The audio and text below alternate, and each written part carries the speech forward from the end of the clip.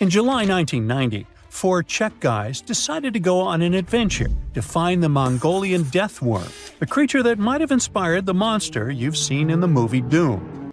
They say it lives somewhere deep in the Gobi Desert, so they flew to Mongolia, hopped into an ATV, and hired some local guides to help them. All that to meet a creature that is up to 6 feet long, can spit acid that could melt anything, and is capable of shooting electricity at those it doesn't like. Legend says that these friendly guys spend most of their days hiding underneath the sandy dunes, but they'd like to come out during the wetter months of June and July. So the timing for a spotting was simply perfect. But the crew needed to figure out how to lure the creature. Sadly for them, no one knew what the giant worm liked to eat. So they built a thumper, which is a machine that made rhythmic pounding noises. They were hoping it would call the worm out of the ground. For 2 months, they searched the vast desert, crossing dunes and rocky plains, looking for any sign of the creature. But alas, it didn't really work out. Ivan McCurley, who was the leader of the 1990 expedition, came back to Gobi Desert again. He once tried to attract the megaworm with blasts, and the second time he used a small airplane to scout the dunes. Over the years, groups from America, Britain, and New Zealand organized big expeditions to the Gobi Desert to try and find the creature. Many others came from all around the world on their own and found nothing. The people in the West first found out about the megaworm of the Gobi Desert thanks to an American paleontologist, Roy Chapman Andrews. This brave man was probably the inspiration for Indiana Jones. In 1926, he wrote about the creature in his book. At a meeting with Mongolian leaders, Andrews heard detailed descriptions of the creature, even though none of them had ever seen it themselves. One of them described it as looking like a sausage, about 2 feet long, with no head or legs. According to him, the worm was so venomous that just touching it could instantly take your life, and it lived in the loneliest parts of the Gobi Desert. Andrews didn't think the creature was real, but he shared these stories again in another book.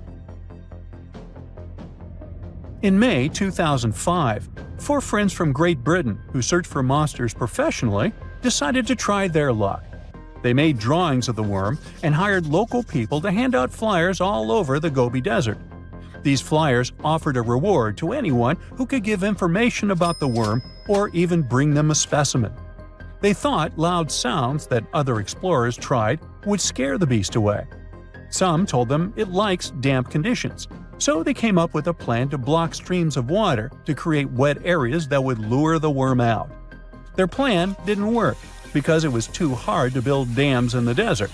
They ended up using small traps, but didn't find any actual proof that the worm existed. But they did meet locals who shared interesting stories about strange creatures they had seen over 70 years. Over the years, stories of the monster spread around the world. In some of them, it's only 1 foot long. In others, it's as large as a human. It's white-gray or scaly and brown, or maybe fleshy and bright red. Someone said it resembled a snake, or maybe a caterpillar, or maybe it has wings and can fly. And some believe it could be a supernatural evil being without a body. Maybe the stories are so different, and the search operations are so fruitless, because the creature doesn't even exist. Or it could be one of many cryptids. Those creatures like Bigfoot, Yeti, the Loch Ness Monster, their existence has yet to be proven. In 1983, one scientist who was visiting the region heard that an old man had managed to catch the mysterious worm. He also learned there was a nest nearby. The scientist bravely approached the hole in the sand and put his hand inside. A giant creature dragged him in, and he was never seen again. Just kidding. He actually found a Tartar sand boa inside. It's a chunky, burrowing, non-venomous snake that has small eyes and gray-brown scales. He showed it to the locals to verify if it was the monster, and supposedly all of them said yes. Most Mongolians who know about the worm still believe it's real. Now, even though people call our supposed monster a worm, it's just what it sounds like in the English translation. Many Mongol cultures have used this word for centuries to refer to any animals they thought to be really dangerous, especially snakes, even non-venomous ones. So, it doesn't have to be a literal worm after all.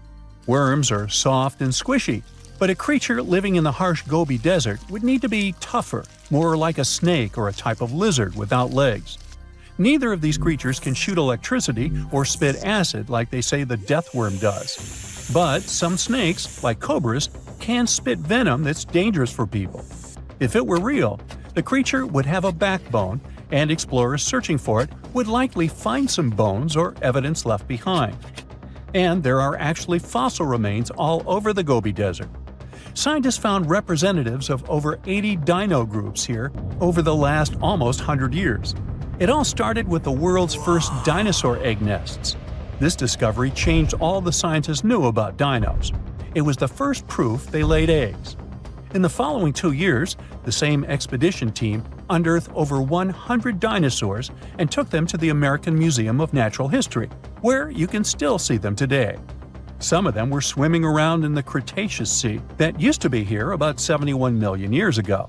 They resembled modern birds.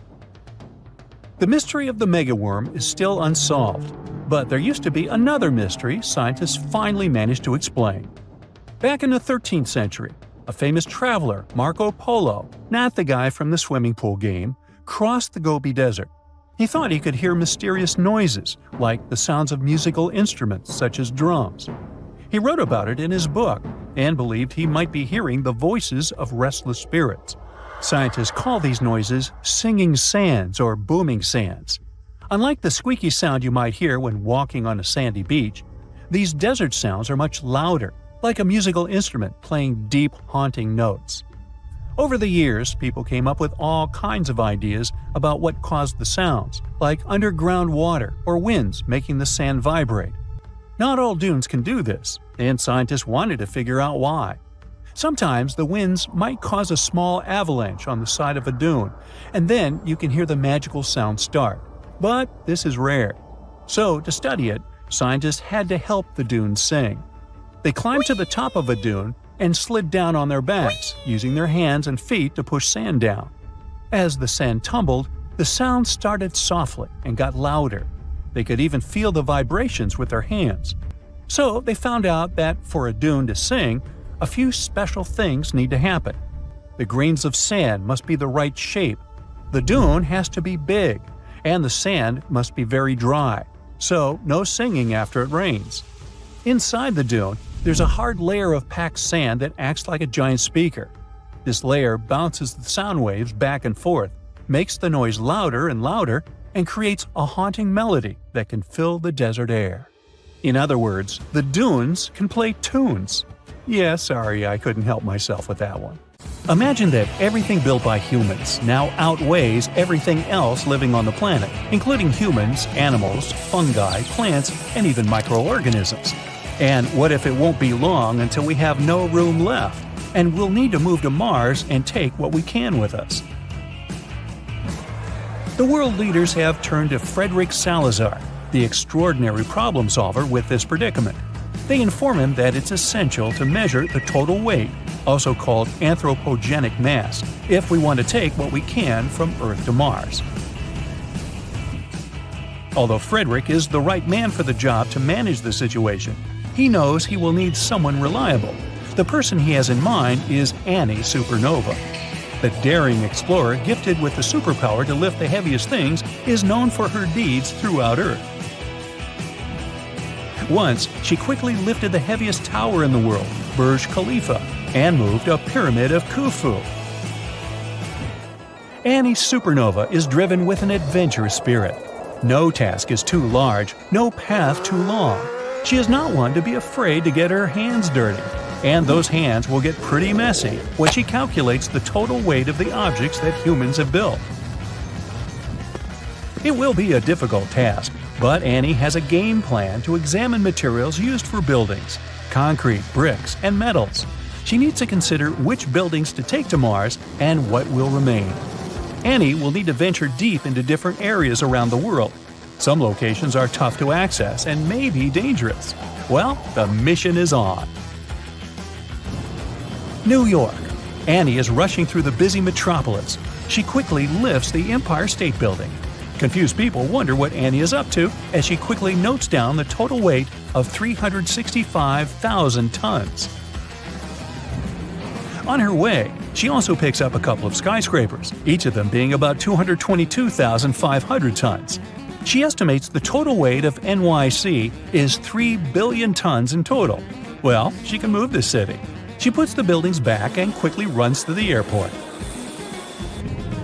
Annie flies towards Japan. Parachuting down, she stops at Tokyo Tower. Amongst the crowd of people, she quickly lifts it up to measure it, weighing 4,000 tons. As the onlookers are confused with Annie's actions, she quickly drives to a nearby fairground, which turns out to be abandoned. Annie arrives at a forest with high walls of vines. The vegetation makes it difficult to record the size. It's Nara Dreamland, closed for many years. Great roller coasters stand motionless, with vegetation growing in every part of the park, taking advantage of the still-standing structures of rides and old buildings. The foliage has made homes to birds and small animals. It doesn't appear as though any human has ventured this way for a very long time compared to when it was at its peak with 1.7 million visitors per year. It's now become a haven for nature. She takes a mass indicator to measure its total weight. She has an idea that all the materials can be reused or demolished to unload the Earth from the unused mass.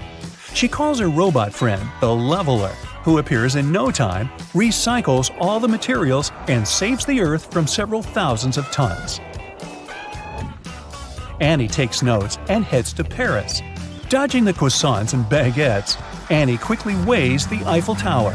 Built with solid wrought iron, it weighs a total of 10,000 tons.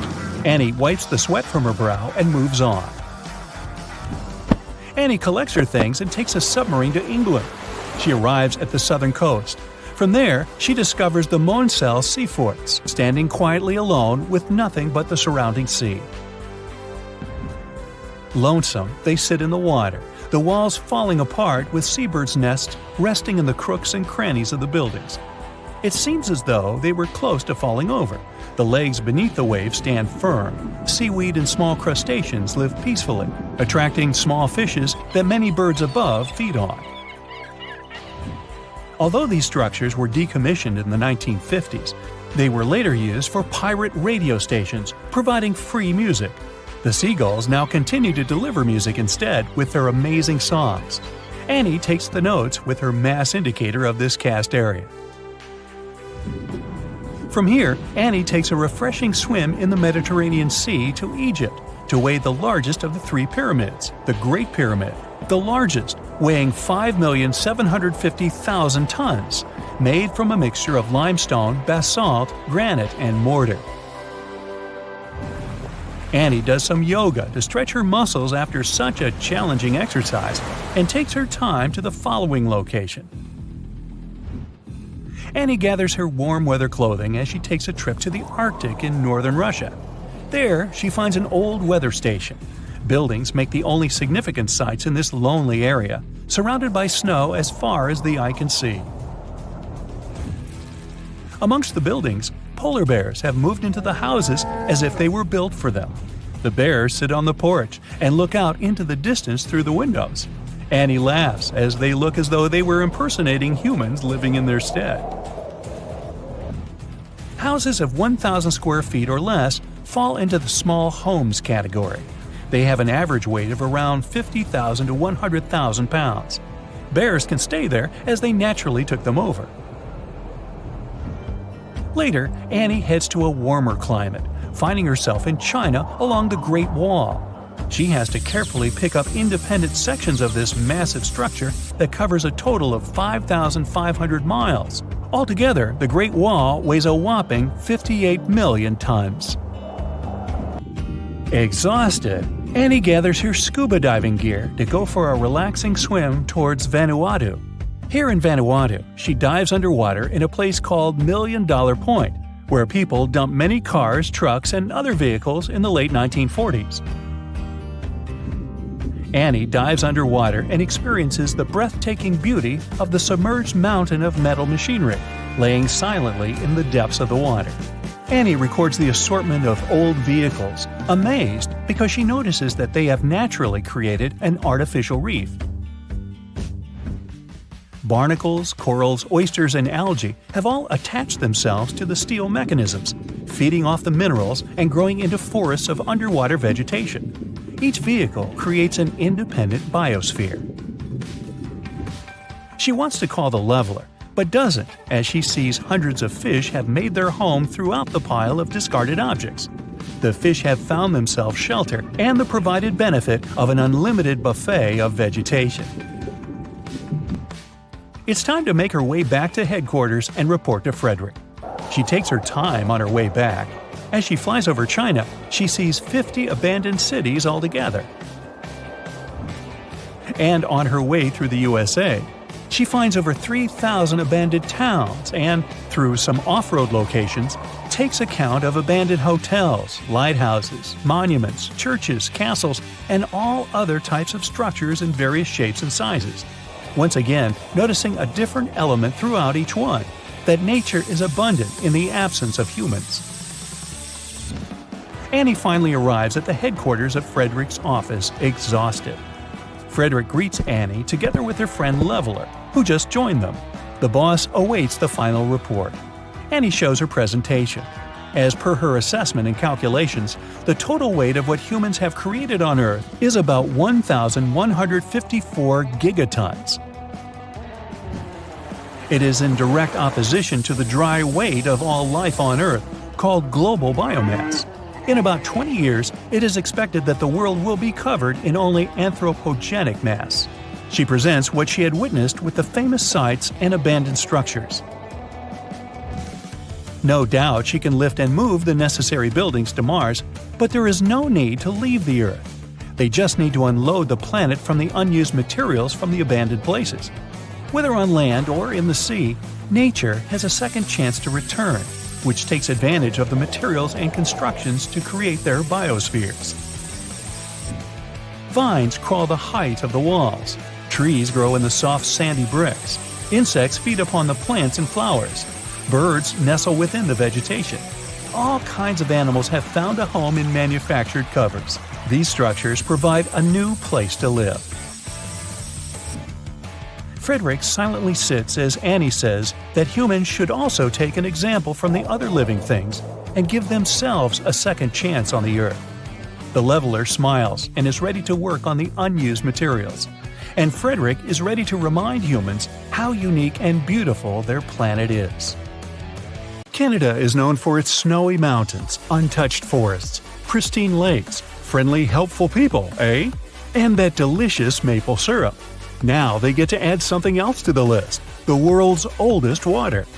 Back in 2016, researchers drilled down 1.9 miles and found an ancient pool of water at Kidmine, Ontario. The water was believed to be at least 2 billion years old. Not fresh water. The water was found bubbling up in caverns deep underground, inside the 3 million square miles of the Canadian Shield, one of the world's largest geological continental shields. The area endures very little plate tectonic activity, possibly explaining how the water remained untouched for so long. Scientists and researchers analyzed the water and found dissolved gases of helium, argon, xenon, and neon, untouched by any outside source. There were even traces of microbes dating back billions of years. This was a stunning find for science that allowed us to gaze back in time at a lost world. If life-supporting water can be found miles below the Earth, it could be possible to find the same thing on other planets like Mars, Saturn, and Jupiter's moons as well. Point Nemo is the furthest point from land on Earth, officially called the Oceanic Point of Inaccessibility, kind of like my parking space. It's so far from land that the closest humans to it are usually astronauts. The International Space Station orbits the Earth from around 250 miles away, while the closest populated spot to Point Nemo on Earth is more than 1,670 miles in all directions. Since its real title is a bit long, it was nicknamed Point Nemo after Captain Nemo from Jules Verne's 20,000 Leagues Under the Sea. Nemo means no one in Latin, which suits this area perfectly because there's no people around. The Crooked Forest is found in Gryfino, Poland. It's a grove of 400 unusually curved pine trees that were planted around the 1930s.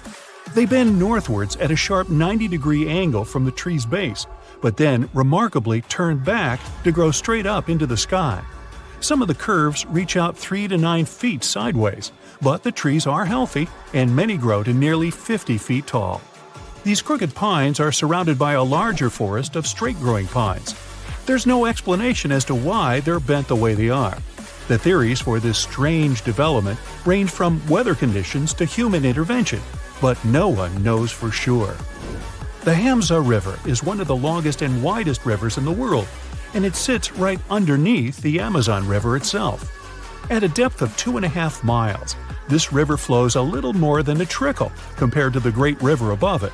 The push of the Amazon River's water into the Atlantic is around 35 million gallons per second, while the Hamza only manages 1 million gallons per second. Either way, there's no choice but to go with the flow. Around the same length as the Amazon itself, 3,700 miles, it's the width that stunned the science world. It's 125 to 250 miles wide, compared to the Amazon's width of about 1/2 mile to 60 miles wide.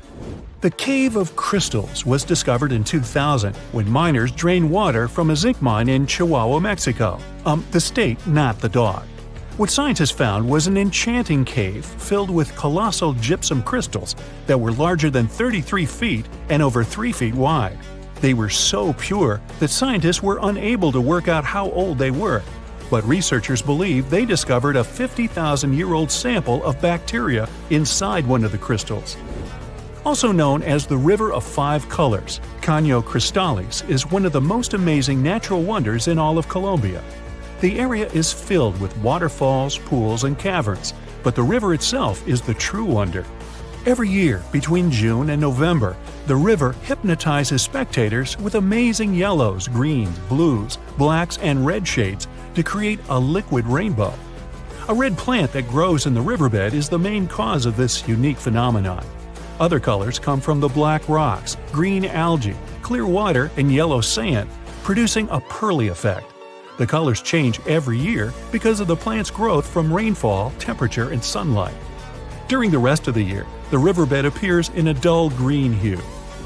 Scientists in Hawaii discovered that red algae were making sounds in the waters around coral reefs. The noise was believed to come from the loud snapping shrimp, until researchers put the sound and presence of algae together and started monitoring the bubbles. As the algae use photosynthesis for food, they produce tiny bubbles that collect on their surfaces. When the bubbles separate off the plant, they make a ping or popping sound. Reefs can be smothered and suffocate if they're covered by too many algae. Discovering that photosynthesis makes a sound could be useful for the reef's preservation. The algae could provide early warnings for scientists, so they can stop these vulnerable areas from being overrun. After heavy rains and seismic activity hit Kenya's Great Rift Valley in March 2018, a vast chasm expanded across the land. The rift measured quite a few miles long and was over 50 feet wide in some parts. Essentially, it was tearing Africa in two. Africa sits on two tectonic plates, the Nubian and the Somali plate. Deep below Earth's surface, driven by the active mantle, the plates are being pulled apart. This creates the huge, extraordinary rifts we see on the surface. It will take millions of years for the large continent to actually separate into two pieces. I won't be around then. But when it does, it'll also create a new ocean basin. The Eucalyptus deglupta thrive in the tropical forests of Indonesia, Papua New Guinea, and the Philippines, and they're like something straight out of a video game or fantasy movie. Growing up to an enormous height of 250 feet in its native environment, this one-of-a-kind tree has bark that displays green, bright blue, orange, purple, and red streaks as it ages, kinda like me. As strips of bark fall away, the tree's colors change, and the bright green inner bark is revealed. Off of the beautiful island of Mauritius in the Indian Ocean, there's a spectacular view that has to be seen to believe. You'll need to hop on a plane to get a bird's-eye view, though. What looks like an underwater waterfall is actually sand from the shores being pushed off of a high coastal shelf by ocean currents. It falls all the way into the deep dark depths of the ocean on the southernmost tip of the island. Most of the ocean waters around the island are only 26 to 490 feet deep, but this deep plunge drops down a few miles, creating the illusion of a waterfall. This oceanic shelf didn't exist a few million years ago, but seafloor spreading has created this quite recently. The walking trees of the Amazon are one of the most unique and puzzling ways plants move to get to the perfect spot for everything they need. These trees walk by allowing the new roots to replace the older ones while searching for more sunlight in the dense forest. As the roots fix themselves into the new soil, the tree bends towards the new roots, leaving the old roots to slowly rise. Traveling to a new place with better sunlight and more solid ground can take a couple of years. This is because they only move around 0.8 of an inch a day, or around 65 feet a year. Now you can just imagine this going on in your front yard. You plant the tree here, and next year it's all the way over there. Ah well. Down in southern Costa Rica, 300 stone petrospheres are dotted all over the forest. Some weigh as much as a bowling ball, while others can be up to 15 tons. Their purpose and how they were made so long ago are lost to us. Discovered in the 1930s, a lot of them were removed and transported around the world. It wasn't until the 1970s that we began to preserve and protect these stones. While the stones are mostly a mystery, archaeologists know they're made from granodiorite rock, similar to granite. If they were carved by a civilization, their near-perfect shape must have been made by chiseling away with small stones. Ethiopia's Danakil Depression is an environment that looks like it belongs on another planet. Filled with lava pools, bright neon-colored hot springs, and vast salt flats, it's also the contender for the hottest year-round temperature of 93 degrees Fahrenheit. Poisonous gases fill the area with hot springs filled with acid. Worse, it only receives up to 8 inches of annual rainfall. It's also one of the lowest places on the planet, at 410 feet below sea level. No wonder it's one of the most inhospitable places on the planet. Hey, sounds great. No crowds. Let's go. They're super fast, super smart, can defeat pretty much anyone, and only exist in movies and literature. Well, not really. Ninjas are among us, at least one of them. Junichi Kawakami, a 73-year-old engineer, is probably Japan's last true ninja grandmaster. He's the 21st head of the Ban clan. This family has ninja roots going back 500 years. And it looks like Junichi will become the final one, as he doesn't have plans to pass his skills over to a 22nd clan head. If you believe the Japanese folklore, the ninja's ancestor is a demon that was half man and half crow. According to more official records, a fallen samurai started the first ninja school in 1162. As Japan was going through some turbulent centuries, the ninja culture was thriving. You didn't have to be a disgraced samurai or nobility to join them. Most ninjas were peasants and farmers who needed the skills to protect their property. Female ninjas would disguise themselves as dancers or servants to get close to enemies and find out their secrets. Then, as things became more stable in the country, the practice became less popular. Although some families, like the Kawakamis, stayed true to it. The last ninja on the planet started learning the ancient art of his ancestors when he was 6 years old. He mastered chemistry, weather, and psychology, and, of course, developed some physical skills. He practiced concentration, looking at the wick of a candle until he had a feeling he was inside it. He also practiced super hearing. Even a needle wouldn't drop on the floor unnoticed. He was also trained to endure heat and cold, pain and hunger. He had to climb walls, jump from heights, and mix chemicals. He remembers that training was super hard, but he got used to it as a part of his life. At 19, Junichi officially became a master and received secret scrolls and tools from his teacher. One important secret he gladly shares with the world is that being a ninja is more about catching people off guard than about using force. He decided not to appoint anyone as Grand Master, as he believes it's impossible to practice all ninja skills in today's reality. He did share some of his skills, and had a top student who is now sharing that knowledge with others. Kawakami now runs a museum in Japan and does research on the history of ninjas at one of the local universities. Do you remember that globe in your geography classroom? Chances are that it was created at one of the last studios in the world that still makes globes by hand. These globes cost a lump sum, from $1,800 for a mini desk globe to $89,000 for the largest model available. The craftspeople who produce them at Bellerby & Company, a studio hidden in a back alley in North London, work at some of the globes for up to a year. It takes a lot of effort, skill, and patience as they follow the process, which is centuries old, step by step. The company's founder says it took him around 2 years to master the process, and he keeps learning every day. He was inspired to start the studio after an unsuccessful search for a globe for his father's birthday. There are over 20 people working at the studio now, from cartographers who design the maps to artists who paint the details, shade in borders and coastlines, and make sure every brushstroke is precise. Bellerby says they manage the materials and techniques that make their globes last for centuries. If you decide to order your globe, you can make it custom with your travel routes or important places highlighted on it. You'd most likely walk by this building, tucked away in the southern Indian city of Chennai, but it's worth a stop.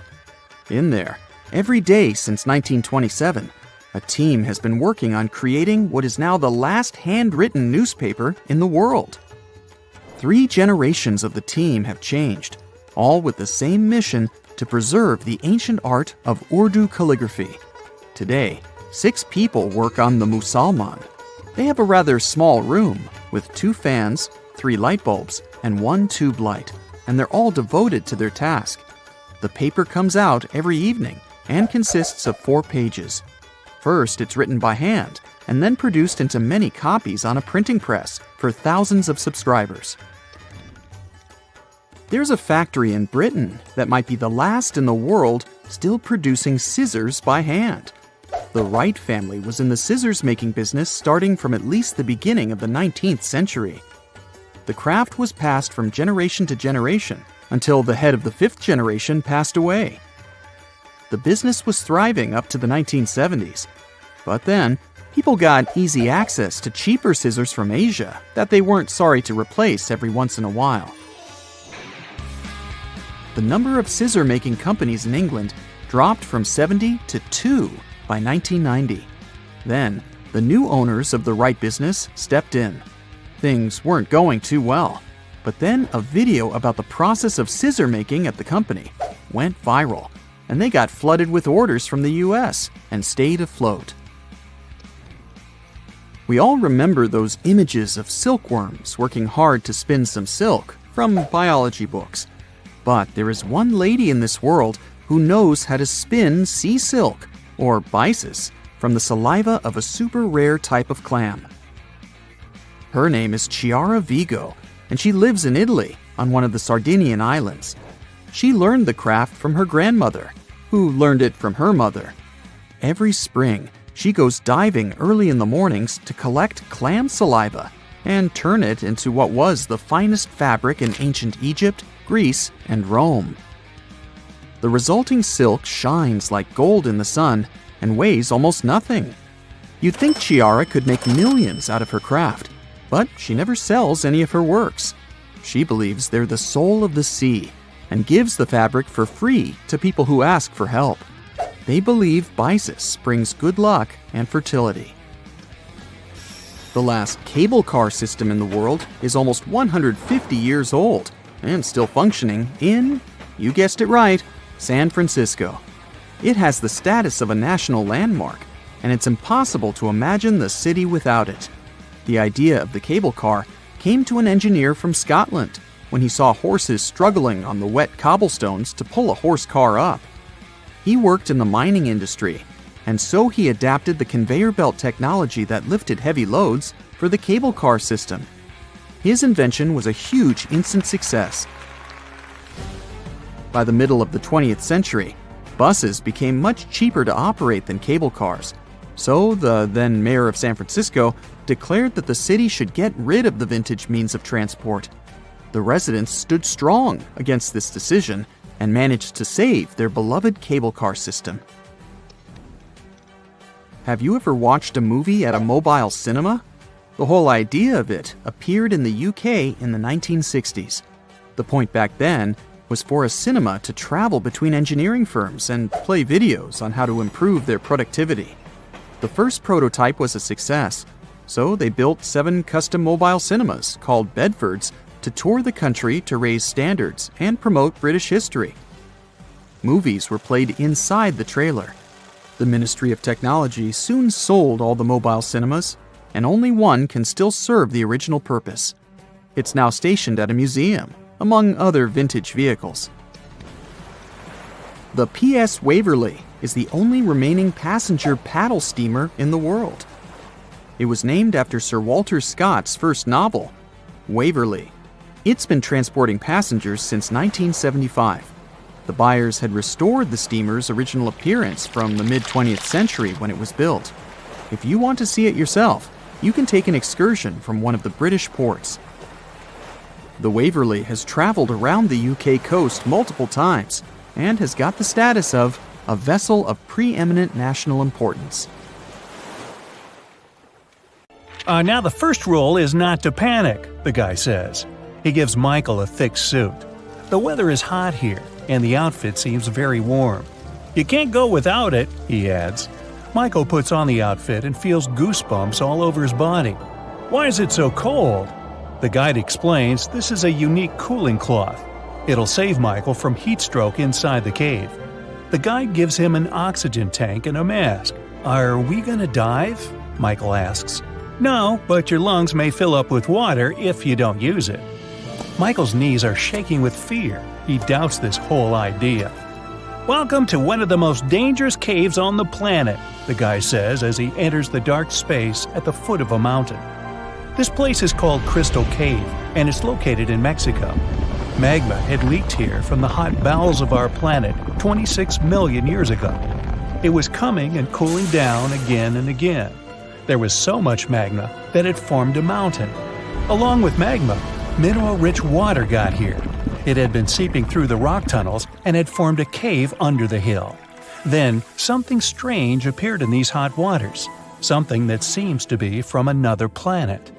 Michael is going down the rope. He illuminates the bottomless darkness with a flashlight. The air becomes hot and heavy. Microscopic particles of water are hovering here. Along with a guide, Michael descends to 980 feet. This is more than half of the Empire State Building's height. The air temperature goes up. It feels as if they were approaching the Earth's core. Finally, the descent ends, and they jump on solid ground. The guy puts on an oxygen mask and tells Michael to do the same. You can't breathe in such moist and acidic air. The lungs can fill with water, which will lead to disastrous consequences. The air here feels to Michael as if he's walking through a very thick fog. The temperature rises up to 136 degrees Fahrenheit. It's higher than in the world's most hot deserts. Michael lights his way and notices something big, white, and shiny. It's a huge crystal beam sticking out of the ground that's reaching up. The whole cave is filled with these huge things. They stretch in different directions and rest against the ceiling and the walls. Somewhere they block the path, and somewhere they are like bridges. Michael climbs onto one of the crystals and walks on it. The guide explains that each column is made of gypsum.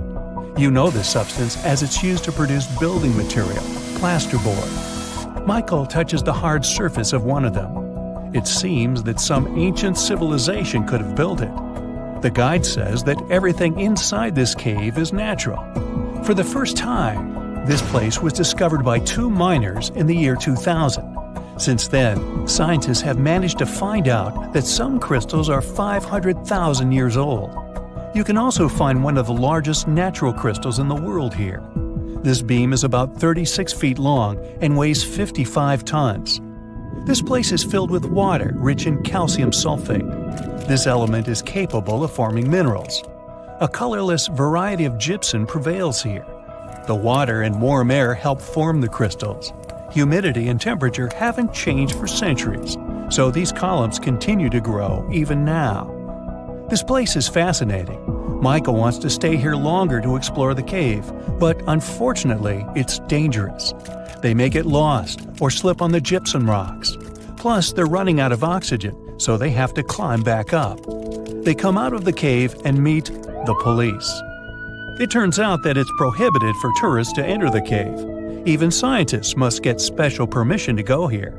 And it's for a good reason, since the cave is one of the most dangerous places on Earth. Michael and the guy pay a fine and leave Mexico. The next stop is Italy. "It's a good thing you've taken a good camera with you," the guide says. "This is one of the most fascinating caves in the world. You need the best equipment to capture this beauty." Michael and the guide are on a small boat. They sail along the coast of the island of Capri, Italy. Luckily, there won't be any danger this time. They are approaching a small rift inside the mountain. This is the entrance to the Blue Grotto.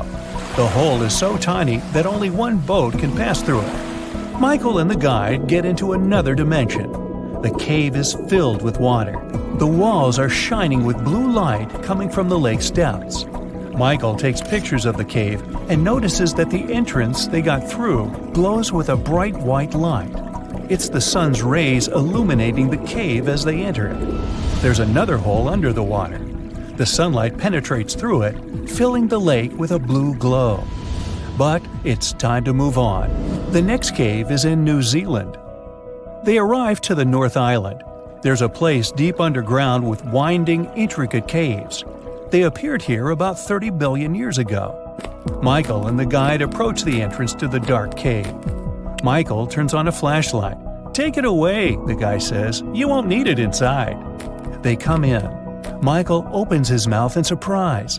The whole cave is filled with glowing lanterns. They are all living creatures, fireflies. They're shining with a blue light. Michael feels like he's on another planet. The entrance to the cave is limited to not harm the fireflies. Scientists use automated equipment to monitor the cave. They watch the temperature and the level of carbon dioxide necessary to maintain the life of glowing beetles. If many people get here, the level of carbon dioxide will increase. The time for a visit is also limited, so they ask Michael and the guide to leave the place. "Now, we're going to see something creepy," the guide says. "Are you ready?" And the next stop is California. The place is called Moaning Caverns. The cave seems quite ordinary from the outside, but the guide looks a little nervous and scared. They attach the rope to the belt and begin the long descent. The bottom is 165 feet deep. It's the height of a 15-story building. It seems not so big compared to the Crystal Cave. As Michael is going lower, it's getting cold and dark. At this point, all sounds from above disappear. They slowly sink into an ominous silence. "What is it?" Michael asks, startled. "I think I've heard someone's voice downstairs." The guide touches his lips with his finger to keep Michael silent. A long, prolonged human moan is coming from the dark cave depths. In the first seconds, Michael freezes. Then he quickly climbs up along the rope. The guide laughs at him. They hear another moan. Michael gets out of the cave and pulls the guide's rope to get him out. The guide says this is one of the creepiest caves in the world. The air and wind circulate deep inside and create a sound similar to a moan. Tourists often go down there to tickle their nerves. Also, they found about 100 skeletons of ancient people at the bottom of the cave, and no one knows how they got there. Michael doesn't want to go back inside the cave. He asks the guide to tell him how caves form. It turns out that it all starts when the ground absorbs acid rain consisting of water and carbon dioxide. The liquid penetrates through the soil and comes into contact with hard rock surfaces. When water touches limestone or dolomite, it dissolves them and helps to form an empty space. Every year there's more and more space around. The rain continues to fall and accumulate in this open area. Then the water forms a stream or an underground river. After that, the erosion of hard rocks begins. Thousands of years later, there's enough space to fit a human here. Then this space becomes a cave. When erosion combines with stalactites and stalagmites, it forms chambers and impressive columns. By the way, here's the difference between stalactites and stalagmites. Stalactites hang from the ceiling. Stalagmites stick out of the ground. It takes about 1 million years to develop such underground landscapes. So, every time you walk in these places, you come into contact with the ancient past of our planet. You're standing in the middle of a vast, empty desert in Saudi Arabia. But in the middle of that emptiness, two enormous mirrored skyscrapers rise side by side, in perfect parallel to each other. This isn't just some sci-fi concept, it's the Line, the centerpiece of Saudi Arabia's boldest urban project yet. Now, Saudi Arabia is already home to some of the most ambitious architecture in the world, from Riyadh's King Abdullah Financial District to the iconic Abraj Al Bait Towers in Mecca. They've been working hard for years. But the Line is in a league of its own. This project was announced in 2021, and it is part of a larger vision for the country's future called NEOM, a $500 billion mega project designed to redefine how people live, work, and interact with the environment. I mean, what could go wrong, right? Well, I don't know. But Nadmi Al Nasser, the longtime chief executive of the ambitious project, has recently departed. Suspicious. Even more so because NEOM's statement issued soon after did not give any plausible reason for his departure. Then, the Line project itself was originally expected to cost around $200 billion. But by 2024, that number had skyrocketed to a mind-blowing $2 trillion. That's about twice Saudi Arabia's entire GDP. And if you ask independent experts, they think it could end up costing even more. At first, the plan was to build about 10 miles of the project and have 1.5 million people living there by 2030. By now, the expectations are way more modest. Only just under 1.5 miles are likely to be done by 2030, with fewer than 300,000 residents. The project has come across a lot of problems along the way.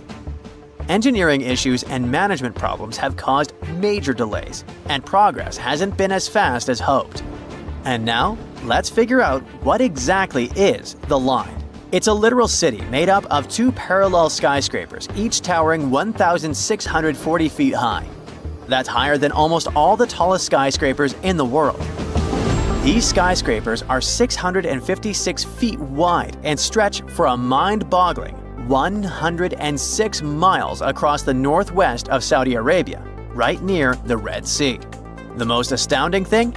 The entire city is actually within this one structure. There are no cars, no roads, no emissions. But we'll go into detail a bit later. The complex is supposed to house 9 million people, and all of this running entirely on clean energy. Such a project aligns perfectly with Saudi Arabia's ambitious Vision 2030 plan. The outside of the skyscrapers will be covered in mirrors that will reflect the surrounding desert landscape, creating an almost seamless blend between the city and its surroundings.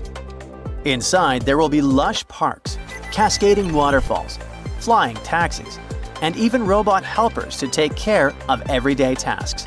They're also planning to make an artificial moon as part of the city's design.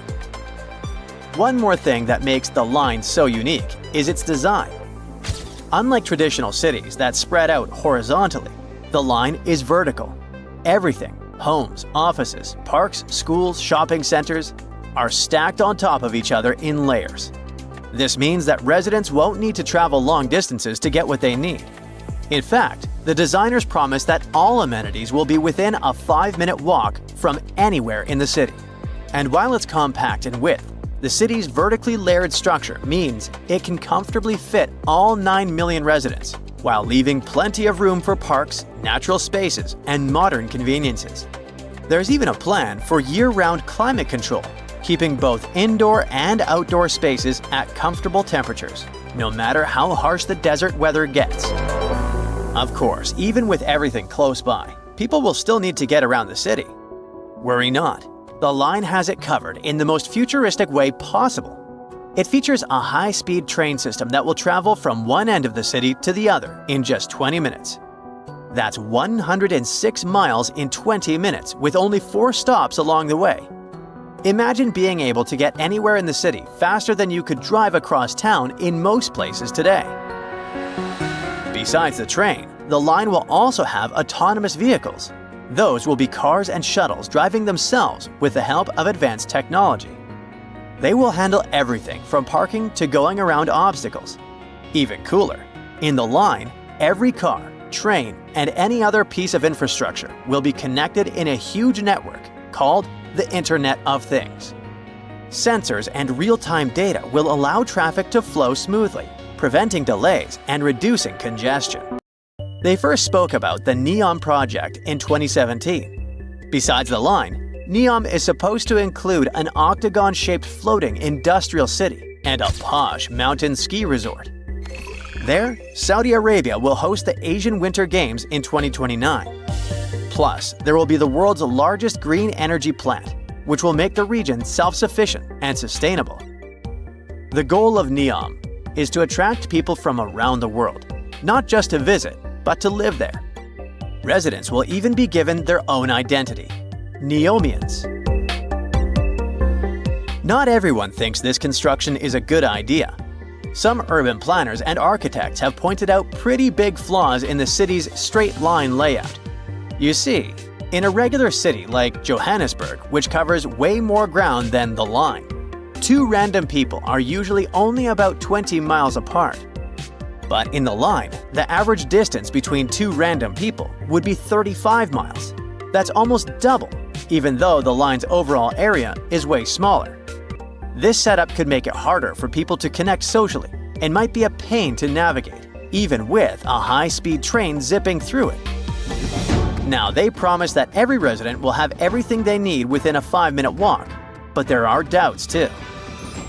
People wonder if living in a super compact, stacked-up design might end up feeling claustrophobic or even too much to handle. As for the whole mirrored exterior idea, it looks pretty cool in renderings. But there's an opinion it could actually mess with the environment. Reflecting all that sunlight in a desert might disturb local wildlife or create unexpected heat issues. The line's high-tech features sound amazing, but they come with their own set of headaches. The city is supposed to run on the Internet of Things tech and autonomous vehicles. Sounds awesome, right? But how are they going to pull that off for a 106-mile-long city? For things to run smoothly, every piece of tech, cars, trains, infrastructure, needs to be perfectly in sync, sharing tons of real-time data. If there's even a tiny glitch, it could throw a wrench into daily life for millions of people. Then there's that high-speed train. It does sound like a dream, but actually building and keeping it running in the middle of a desert is not so easy. The heat, shifting sands, and wear and tear on the tracks could cause big delays and rack up costs pretty quickly. People around the world are questioning if the line is even doable. The first inhabitants were supposed to start living there by 2030, but there are reports about scaling the project back, so that deadline feels like a big stretch. There's also a sustainability issue. The line is supposed to have 0 emissions and 100% clean energy. But building something so massive is bound to take tons of resources. With all these challenges, Saudi Arabia is looking into new ways to fund the line and figure out which parts of their Vision 2030 projects to prioritize. An insider has recently said that some projects might go ahead as planned, while others could be delayed or scaled down. This lines up with what Ali Shahabi, who's on NEOM's advisory board, has said. He admitted that the Vision 2030 goals were always meant to be super ambitious. Like, almost too ambitious. But he argued that even if they only pull off part of it in time, it'll still be a big deal. Big news! Santa is real, and he looks like this. I know it's not exactly how we pictured the jolly old guy, but a recently discovered tomb might just be the proof we've been waiting for to show that St. Nicholas was real and Turkish. Turns out, he wasn't a North Pole native, but a kind-hearted bishop from the 4th century, famous for giving gifts to everyone. The legend says he was a wealthy man born in the ancient city of Patara, modern-day Turkey, who traveled to the countryside to help the poor and the sick. For centuries, though, people couldn't be sure he actually existed. Some historical sources say he was buried in Myra, which is now called Demre, Turkey. Since the 80s, archaeologists have been digging around this area, trying to prove it. And now, their Christmas miracle has finally come true. After digging 6 feet deep in an annex of St. Nicholas's Church, they uncovered a mysterious limestone tomb, about 2 meters long. While they're pretty sure this is St. Nick's final resting place, they're still searching for an inscription to confirm its exact age. Now, if we're talking about the fictional Santa Claus, legend says his home is in Lapland, Finland. Back in 2018, archaeologists made an interesting discovery that could finally prove that Santa was real. They were digging at a site called Tiny Aro when they stumbled upon about 200 burial pits. But when they looked inside, there was definitely no sign of Santa. Actually, there were no human skeletons at all, just a bunch of things like pottery and animal bones. So no one really knows what this place was. That was the complete opposite of what happened with a group of archaeologists working in the ancient city of Petra, Jordan. Since 2003, there have been rumors about hidden chambers beneath the famous monument called Al-Khazneh, also known as the Treasury. 21 years later, a team finally decided to dig and uncovered an intact tomb. Inside, they found at least 12 human skeletons and artifacts estimated to be over 2,000 years old. Hundreds of thousands of tourists travel to Al-Khazneh every year, and most of them probably go there to see the site of the Holy Grail in the movie Indiana Jones and the Last Crusade. So, do you want to know the funny part? One of the skeletons in the tomb was clutching a ceramic chalice that looked a lot like the Holy Grail. You probably remember the devastating fire that caused massive damage to Notre Dame in Paris back in 2019. Because of that, the building, originally built between the 12th and 13th centuries, had to be restructured. But archaeologists saw it as a golden opportunity to dig into the site and uncover its hidden secrets. The team was only allowed to dig about 16 inches beneath the floor, but that was enough. As soon as they removed the floor tiles and cleared away a thin layer of dirt, they spotted the top of a lead coffin. Then, they found some limestone sculptures, including life-sized heads and torsos. Altogether, they uncovered over 1,000 fragments of different works of art. Ancient statues have been found in the most random places, including a sewer. In July 2024, Bulgarian archaeologists were checking a Roman sewer in the ancient city of Heraklia Sintika when they found a nearly 7-foot-tall marble statue of Hermes, the Greek messenger deity. This town was completely devastated and abandoned after 2 earthquakes, one in the year 388 and the other in the year 425. But somehow, it didn't destroy this statue. In fact, its head was found in surprisingly good condition. Finding ancient artwork is definitely fascinating, but imagine stumbling upon an entire hidden city in the Amazon rainforest. Using high-tech lasers, researchers uncovered a lost civilization with thousands of structures and a whole network of roads, canals, and houses, all buried beneath the dense jungle. This city was built around 2,500 years ago, in an area located in the shadow of a volcano, which, by the way, could have erupted and destroyed this civilization at some point. It's hard to say exactly how many people lived there, but experts estimate they stayed up there for about 1,000 years. This discovery proves ancient people also had huge, organized cities in the middle of the Amazon. A similar thing happened in Campeche in southern Mexico. An archaeologist was doing some research on the internet when he accidentally discovered a hidden Maya city. This area, now called Valeriana, was huge, about the size of Edinburgh, the capital of Scotland. It had pyramids, sports fields, amphitheaters, and paths connecting different districts. Thanks to satellite images, archaeologists uncovered an entire unknown civilization from the Bronze Age. They were checking out aerial images when they discovered 100 prehistoric settlements in the Pannonian Plain.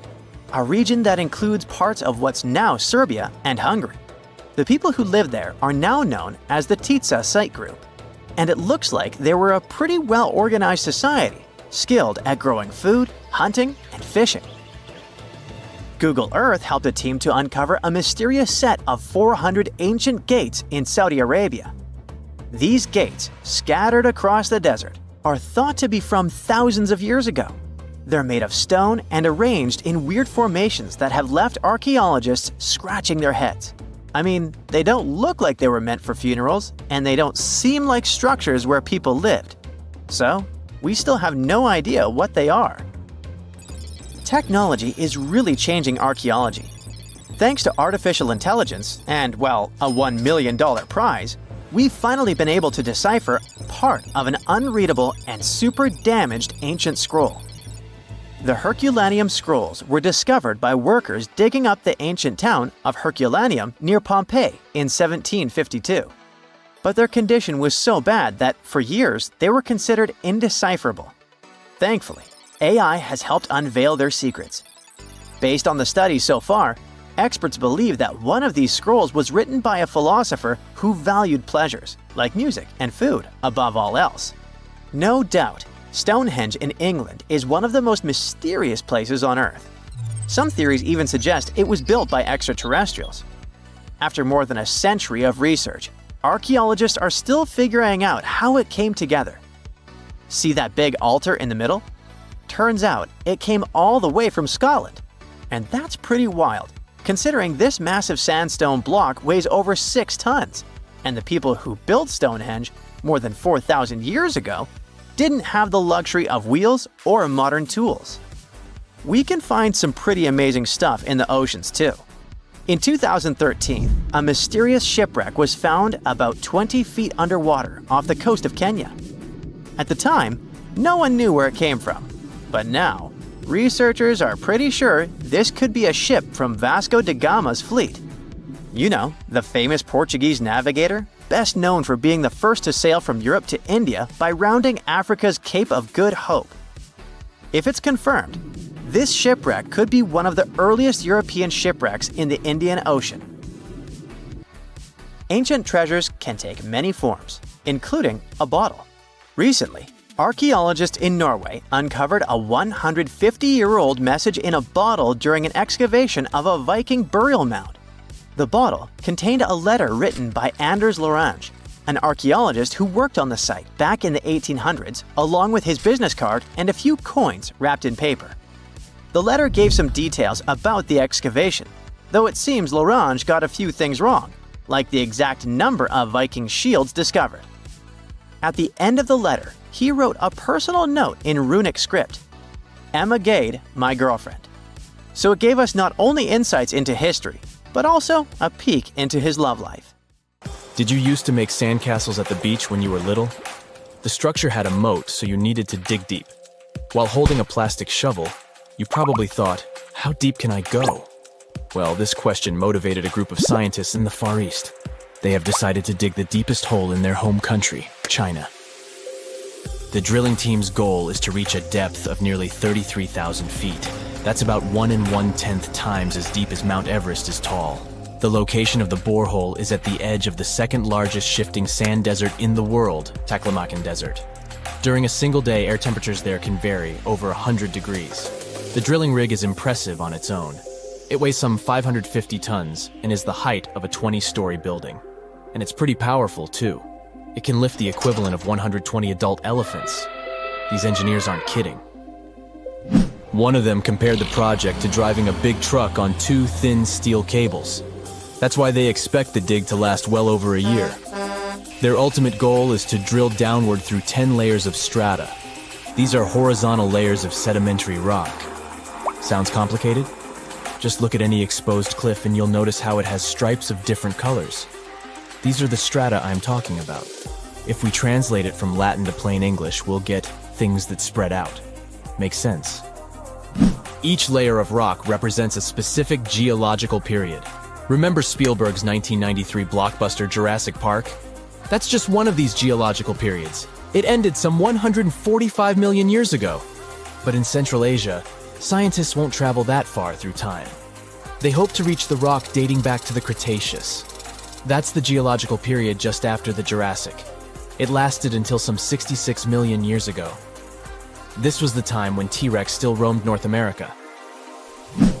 But why mount such a complicated operation in the first place? A single goal would be a waste of funds. That's why engineers in Central Asia have several objectives. They want to explore the planet's internal structure. This involves the search for natural resources, such as mineral deposits and oil. Another goal is to collect scientific data on earthquakes and volcanic eruptions. The information will help researchers better predict these events in the future. So, hardcore science is behind this pioneering project, but it's not the first of its kind. Deep in the Arctic Circle lies the Kola Peninsula. And no, it doesn't have anything to do with the famous beverage company from Atlanta. This Kola is a region of great natural beauty, covered in forests and lakes, and an abandoned scientific research station. Inside this crumbling building, a rusty metal cap sticks out from the concrete. It doesn't look that impressive today, but this is the site of the deepest man-made hole on the planet. It is over 40,000 feet deep. That's deeper than the Mariana Trench, 36,201 feet, the deepest place on Earth. Scientists were drilling it for nearly a quarter of a century. The project started in 1970 and finally shut down in 1995. But if you travel to this region close to Norway, you wouldn't be impressed by the shaft. It is only 9 inches in diameter. It would be impossible to fall down such a narrow opening.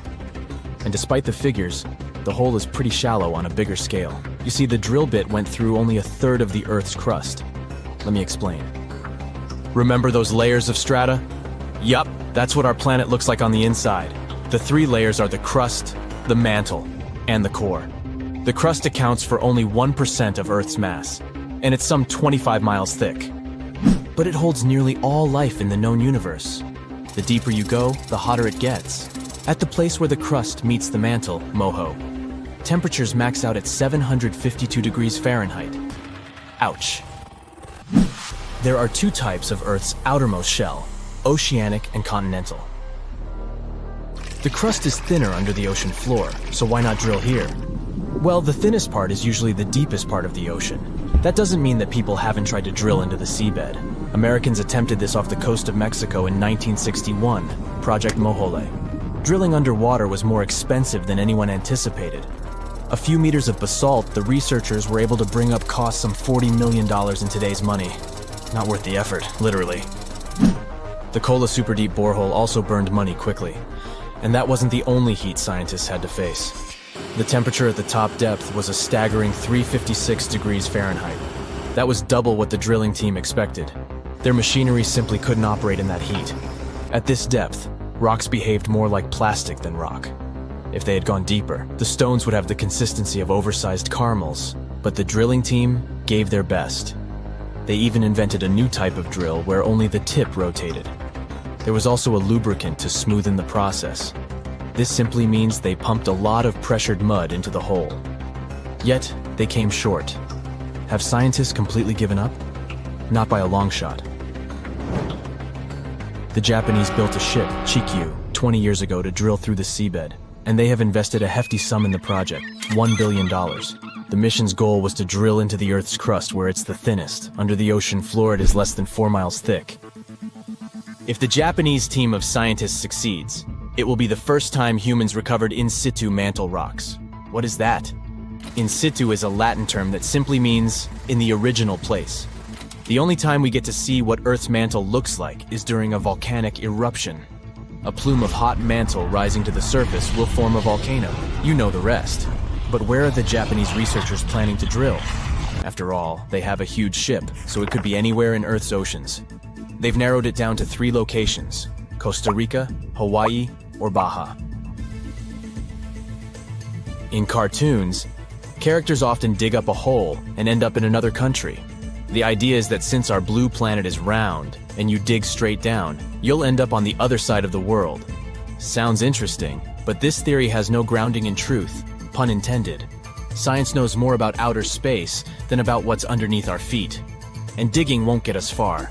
The temperature at our planet's inner core exceeds 10,000 degrees Fahrenheit. The best heat-resistant materials humankind has developed, tantalum carbide and hafnium carbide, can withstand around 7,000 degrees Fahrenheit.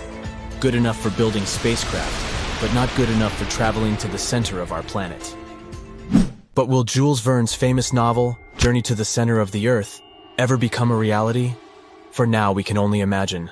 The vessel that would take someone to the center of the Earth would first have to have great insulation. Then it would have to withstand a pressure 4,000 times stronger than at sea level. Let's talk about the finances.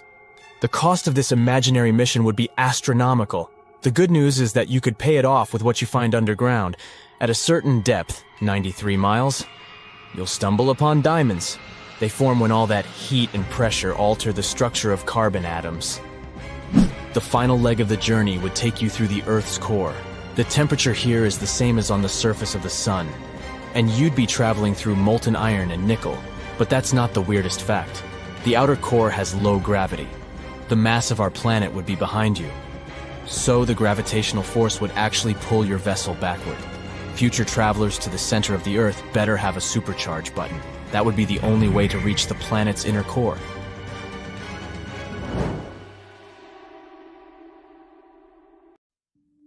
Hey look, some magical stuff is happening around you. Let's check out some real photos of overwhelming phenomena our Earth offers, and I'll chat about the science behind them. The rainbow-colored scarf cloud is a very rare natural phenomenon. World Meteorological Organization says that this kind of cloud is called pileus clouds. Here's how this rainbow scarf cloud takes shape. There are accessory clouds that depend on a larger cloud system in their development. An accessory cloud widens horizontally and gets shaped like a cap at the top. It attaches itself to the upper part of another cloud. These clouds don't last long, similar in time to a regular rainbow. The main cloud underneath eventually rises and absorbs the rainbow cloud.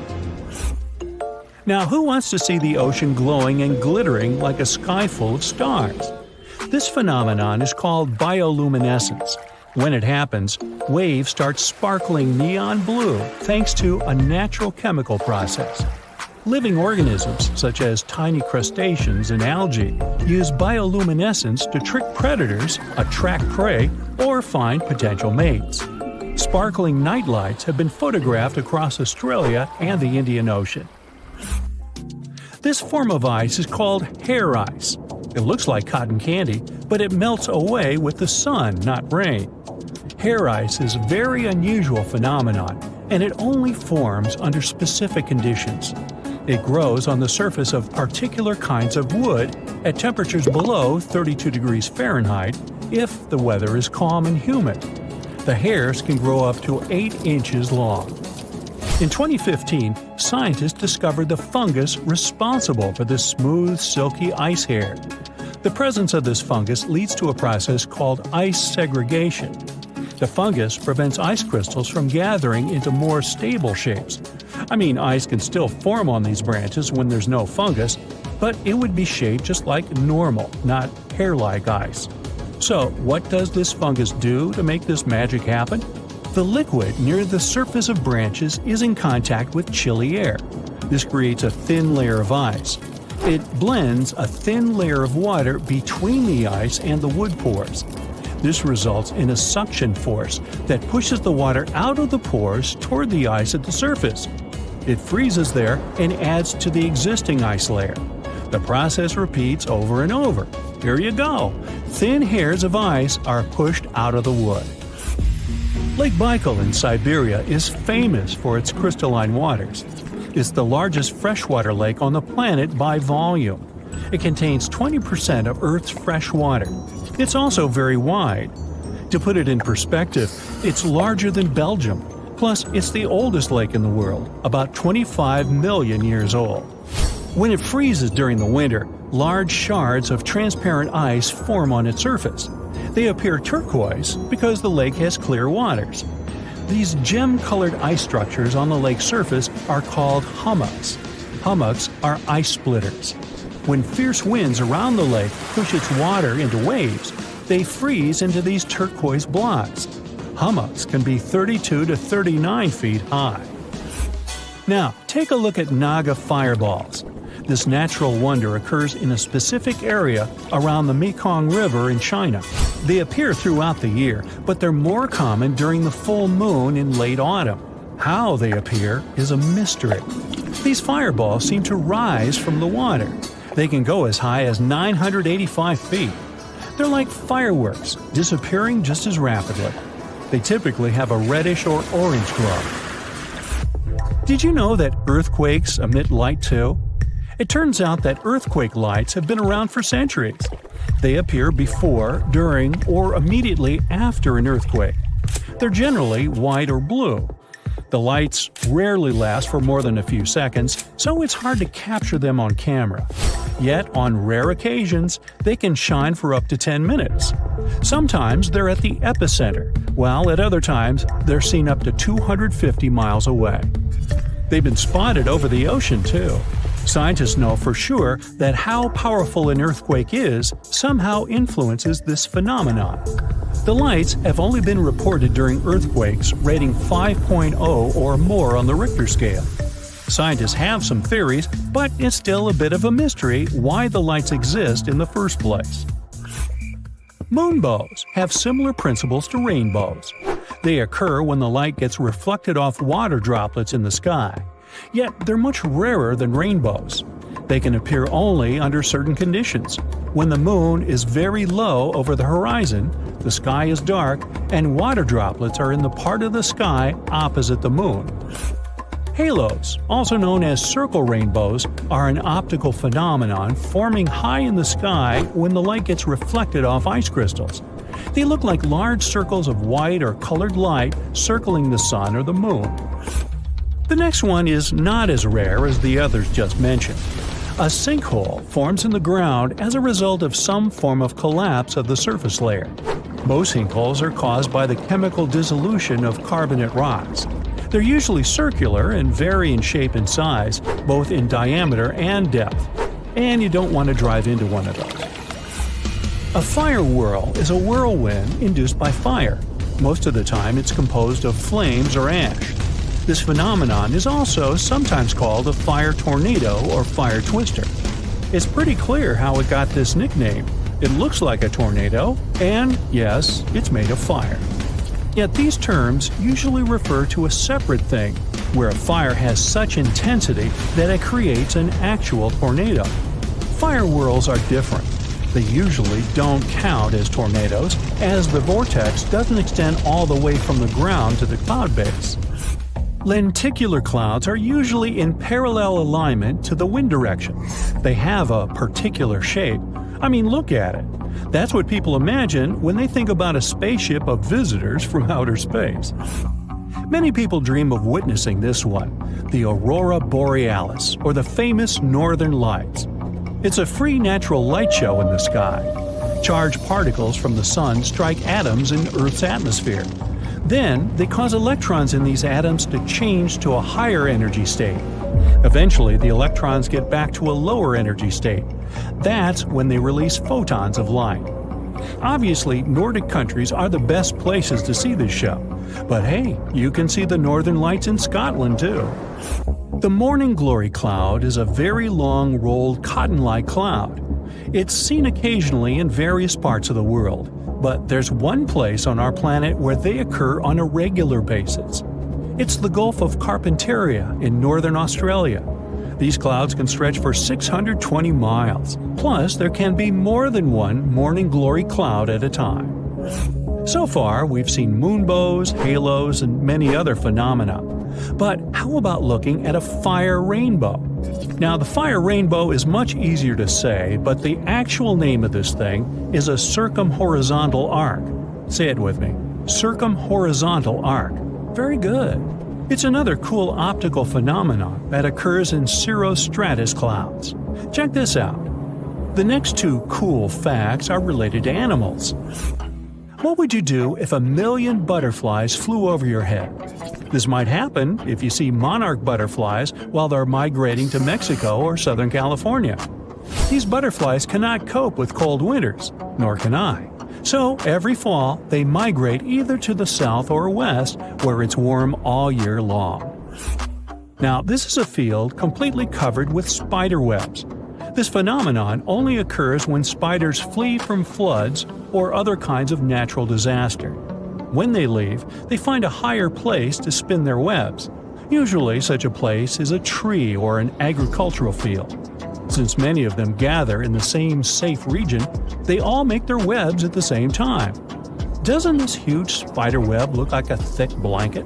Yeah, you go lie down in that. Just kidding. Have you ever come across unique natural phenomena? Comment below and let me know. Oh, gravity, you heartless so-and-so.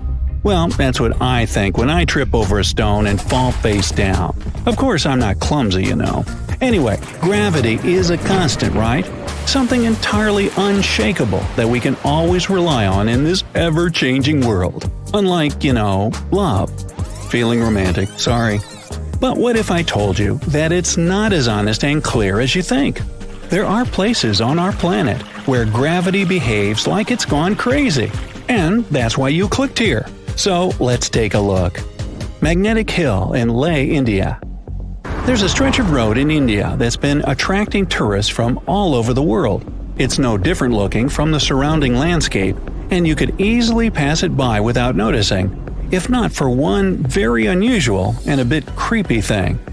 If you stop your car on the magnetic hill going up the slope and put it on neutral, it'll start crawling upwards, eventually reaching the speed of up to 12 miles per hour.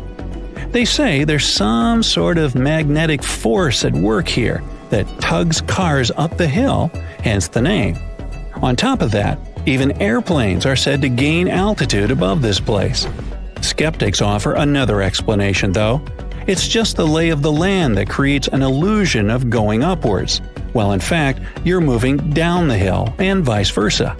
Whatever the truth, I'd like to see it for myself. Would you?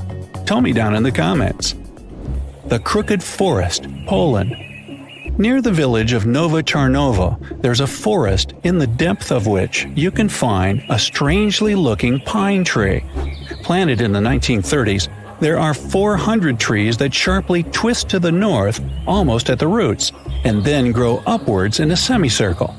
Although scientists offer different theories about the tree's weird growth, nobody can say for sure what made them look like that. Some say it's people who did it, while others believe it's a gravitational anomaly that somehow pushed the trees down. The trouble with this version, though, is that it would have had to stay there for years, and that only affected the trees. Still, no certain explanation exists anyways, so who knows?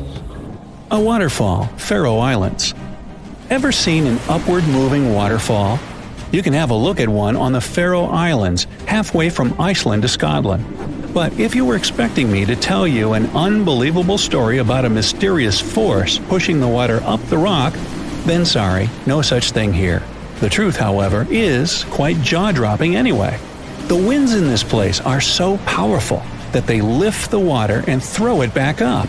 I guess it was this kind of wind that allowed Mary Poppins to travel on her umbrella. Sounds good. In fact, this waterfall is not unique. There are several more places on Earth where winds create an illusion of defied gravity. For example, there's the Kinder River in England that has a waterfall constantly struggling with the wind. It's so strong that half of the Cascades water seems to just fly up without ever touching the bottom of the drop. Hoover Dam in Nevada, USA. If you ever get up to the top of the dam, which is about 726 feet high, you can try a little trick. Take a bottle of water and pour it over the edge. You'll see the water flow up instead of spilling down. Once again, this isn't really any magic or unnatural phenomenon. The wind up here is simply too strong for the water to fall, just like with the waterfall on the Faroe Islands.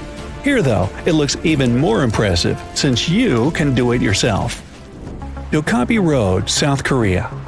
Another gravitational anomaly located on a road.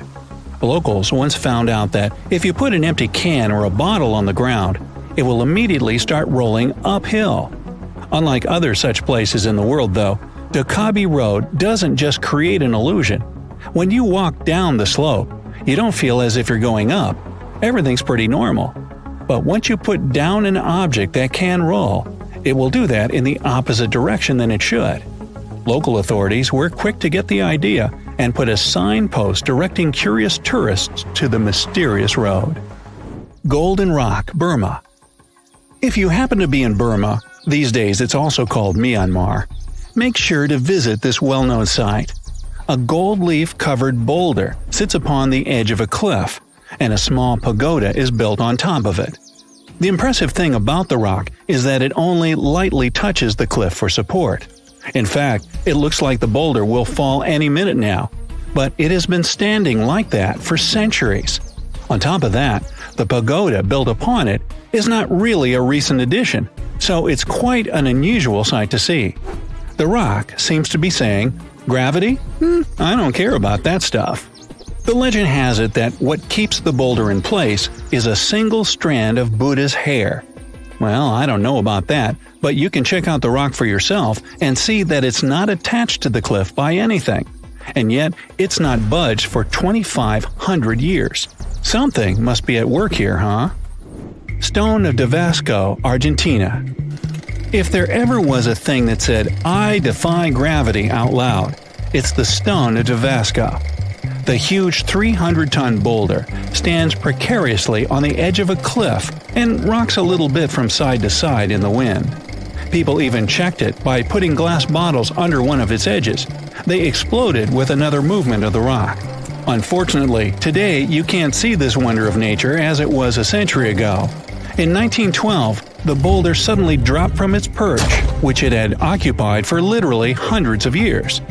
The people in the nearby town of Tandil were so sad about this event that 95 years later, in 2007, they decided to restore the stone. Well, not exactly put it together chip by chip. They made a plastic replica of the rock and put it on the same spot and even in the same position. So even today, coming by Tandil, you can see its famous balancing boulder. More of a symbol now, of course, because it's no longer rocking and only weighs 9 tons. But instantly recognizable nonetheless. Devil's Tower in Wyoming, USA. Remember this place from the movie Close Encounters of the Third Kind? If not, you should go watch it, but not right now. This place doesn't make you feel like you're witnessing some magic and doesn't really trick gravity right before your eyes. Sounds almost boring compared with the rest of the sites on my list, right? But the true mind-blowing feature of Devil's Tower is that scientists can't explain how it came to existence in the first place. You see, it's an 867-foot rock formation with walls so steep they're basically vertical. But that isn't even the main thing. This piece of stone just rose amid rolling plains of Wyoming with nothing like it for miles and miles around. So how is it that such a flat landscape could have suddenly given birth to something so tall? Theories abound, but nobody has the answer yet. My theory? Well, perhaps here is where the Earth has a giant outie belly button. Well then, you come up with a better theory. Oregon Vortex, USA. The House of Mystery in Gold Hill, Oregon amazes its visitors with gravity-defying effects. You can't stand straight there, always leaning to the side and having to hold on to something for balance. Balls roll upwards. And there's also a broom that stands perfectly still wherever you put it, unlike virtually everything else in this shack. The local Native American tribes called this place the Forbidden Ground, even before the house was built there, and they avoided approaching it.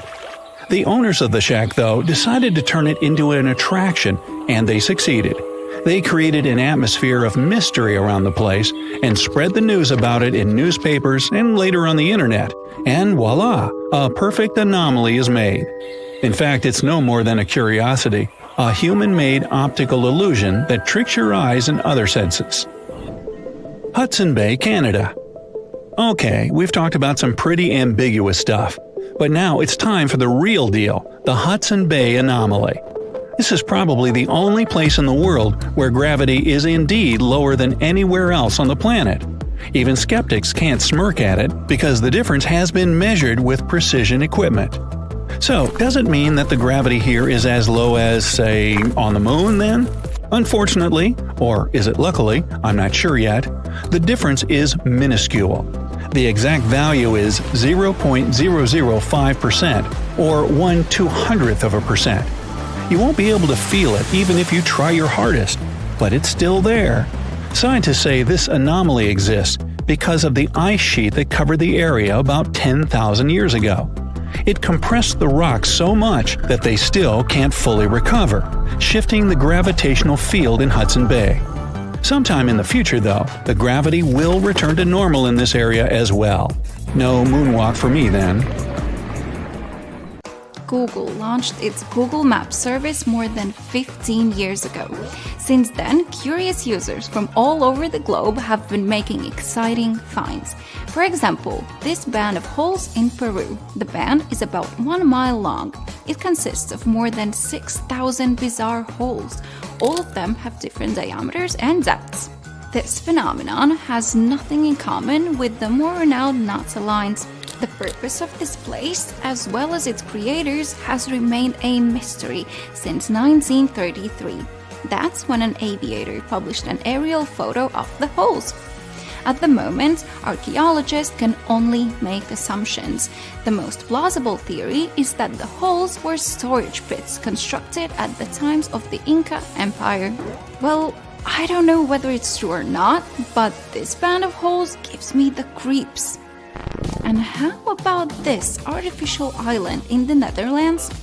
It's located in Kettlemeer Lake. The island looks exactly like a geological pin icon, but if you visit the place, you'll see that it's actually a depository that's no bigger than half a mile across. It's used to store polluted silt. And here's another island, nicknamed Kalesnjak, which means Lover's Island. This place lies in the Adriatic Sea between Italy and Croatia. The place is nothing more than an uninhabited piece of land, with no fresh water or any constructions, but the island's owners are trying to use the internet fame their property has gained over the years. These two long barren patches actually look like two scars going across the heart. But the reason for their appearance is way less romantic. Those are the marks left by bulldozers. The island owners want to plant olive trees to turn the place into a perfect wedding location. You can enjoy all the beauty of Dublin's Shamrock Maze only from the air. The place is located to the south of Dublin Airport and the side of the freeway. When you're flying to Ireland next time, keep an eye out for it. Because you won't be able to get to this place by land in any case. Google Street View shows that the road leading to the maze ends with a big metal gate. The sign on this gate warns you that it's private property guarded by dogs. If I were you, I wouldn't risk it. If you still want to find the way out of a maze, you should go to the UK. This giant fingerprint is called the Finger Maze. You can find it in the Hove Park in the city of Brighton and Hove. The maze is a public sculpture lined with stone and lime mortar. The environmental artist Chris Drury created the Finger Maze in 2006.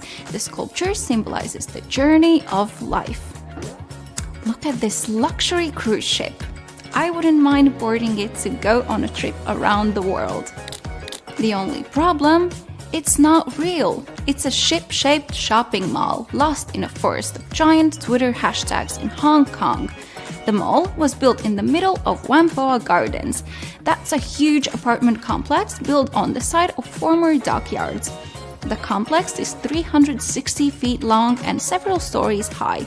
Besides the cruise ship mall, you'll find there movie theaters, restaurants, stores, and even a mini indoor theme park. Well, if not a luxurious sea cruise, then at least I can do some shopping. You can probably learn geography with the help of the world map at Lake Claytroop. Soren Poulsen, a local farmer, created it by hand between 1944 and 1967. The man used stones and grass. First, he dragged lots of rocks to the edge of the lake. Then, during the winter months, he used a sled to bring the stones to their place. And finally, in the spring, when the ice melted, the man easily tilted the stones into place. Soren must have been very dedicated to his idea, because some of the stones weighed more than 2 tons. The world map includes tiny lakes and rivers. It even has mini boats for people to sail the Pacific Ocean in the summer. There's also an 18-hole mini golf course, a playground, and a picnic area. Now we're moving to China, to a much more mysterious place. Colossal symbols there look as if they were printed on the surface of the Gobi Desert. There have been loads of theories about their origin, but the symbols turn out to be a human creation. Jonathan Hill is a research technician and mission planner at the Mars Space Flight Facility at Arizona State University. He thinks these grids are most likely satellite calibration targets. When you look at a Bulford kiwi in the Google Maps version, the bird looks a bit too stretched and kinda skinny, but the national icon of the New Zealand is still perfectly recognizable. In 2007, the kiwi was cleaned and now it looks as white as new. The Bulford kiwi was carved in 1919 in the chalk of the Beacon Hill in England. This tradition of carving figures into the chalks of Wiltshire goes back to the Neolithic age that started in 10,000 BCE. These potash evaporation ponds in the USA are out of this world. The electric blue ponds create a shocking contrast with the reddish-brown soil in the Utah desert. They're a place for extracting potassium chloride. It's also known as potash. In Google Maps photos, you can see the most famous and most photographed potash mine. It's located in Moab, Utah. One of the coolest things you can see on Google Maps is the Atacama Giant in Chile. This geoglyph is more than 1,000 years old and almost 300 feet long. Geoglyphs are large designs in the ground. They're usually made of rocks, stones, and gravel or carved in the soil. When this bizarre face was found in Antarctica, it provoked tons of heated discussions and insane theories. But scientists claim there's a more logical explanation. It can be the result of pareidolia. This bizarre effect causes your brain to see structures and patterns where they don't exist. This is the reason why people notice recognizable shapes in clouds, rock formations, and other objects. Up close, the face isn't likely to look like a giant half hidden in the snow. All you'll see will be just ice covered with cracks. But whatever it is, I bet anyone who suddenly sees this face on Google Maps is bound to start getting strange ideas. Lonar Lake in India appeared when an asteroid collided with our planet about 50,000 years ago. The rim of the meteor crater is about 6,000 feet across. The lake itself is a bit smaller, with a diameter of around 4,000 feet. So far, there is nothing unusual about this place. But only until you found out that in June 2020, something happened to Lonar Lake. The water changed its color from green to bright pink for a couple of days. Experts believe this change might have been caused by increased salinity in the water. It could also be the presence of algae or the combination of both factors. In any case, I wouldn't dare to swim in the water of Lonar Lake. Has Google Earth just shown you a colossal target symbol in the middle of the Nevada desert? It isn't a joke, Photoshop, or an art object. Most likely, this huge thing is a marking used as an aerial photo calibration target. And finally, my favorite one, an underwater car in the Bahamas. It's remained on the bottom of the fresh creek for quite some time. No one knows the history behind this unusual find. I'd give a lot to know how this poor car turned up there. Back in December 2012, a lot of people were freaking out over the idea that the world might end in some catastrophic event. And it was all thanks to the famous Maya calendar. This ancient way of tracking time had been the subject of endless speculation. But one of its biggest mysteries was definitely an 819-day count found in some versions of the calendar. No one could explain why it was there or how it worked, until recently, when a group of researchers from Cambridge might have finally cracked the code. First things first, how does the Maya calendar work? So the system the Maya civilization used to track days was based on something we now call the calendar round. Think of it like 3 interlocking gears. These are 3 cycles working together. The first is a 365-day solar year, known as Hab. The second is a cycle of 20 names. And the third is a cycle of 13 numbers, which forms a 260-day sacred calendar, called Solkeen. Just like we'd say something like December 25th, 2025, they named their days based on how these 3 cycles lined up. For example, here we have the day 3 Manik and the 14th of the month Hop. It takes 52 years for the 3 cycles to align in the same way again. After that, the days start repeating. But this is where things start to get more complicated and mysterious. On some Mayan monuments, we have also found enigmatic inscriptions pointing to the existence of another cycle, the 819-day count. There are about 20 examples of these inscriptions, mostly found in places like Palenque and Yaxchilan in Mexico. So it didn't seem random at all, and this calendar must have been hiding a big secret. Early research showed that the 819-day cycle was represented by one of 4 colors and the cardinal directions associated with them. Black was tied to the west, red to the east, white to the north, and yellow to the south. Researchers also discovered that this period of time could be broken down into 3 smaller cycles. One of 9 days, one of 7 days, and one of 13 days. Multiply them together, and you'd get 819 days. Pretty cool, but why did they do that? This color scheme and the 3 cycles seemed like a basic level of interpretation, and experts were pretty sure its real purpose was still hidden from us.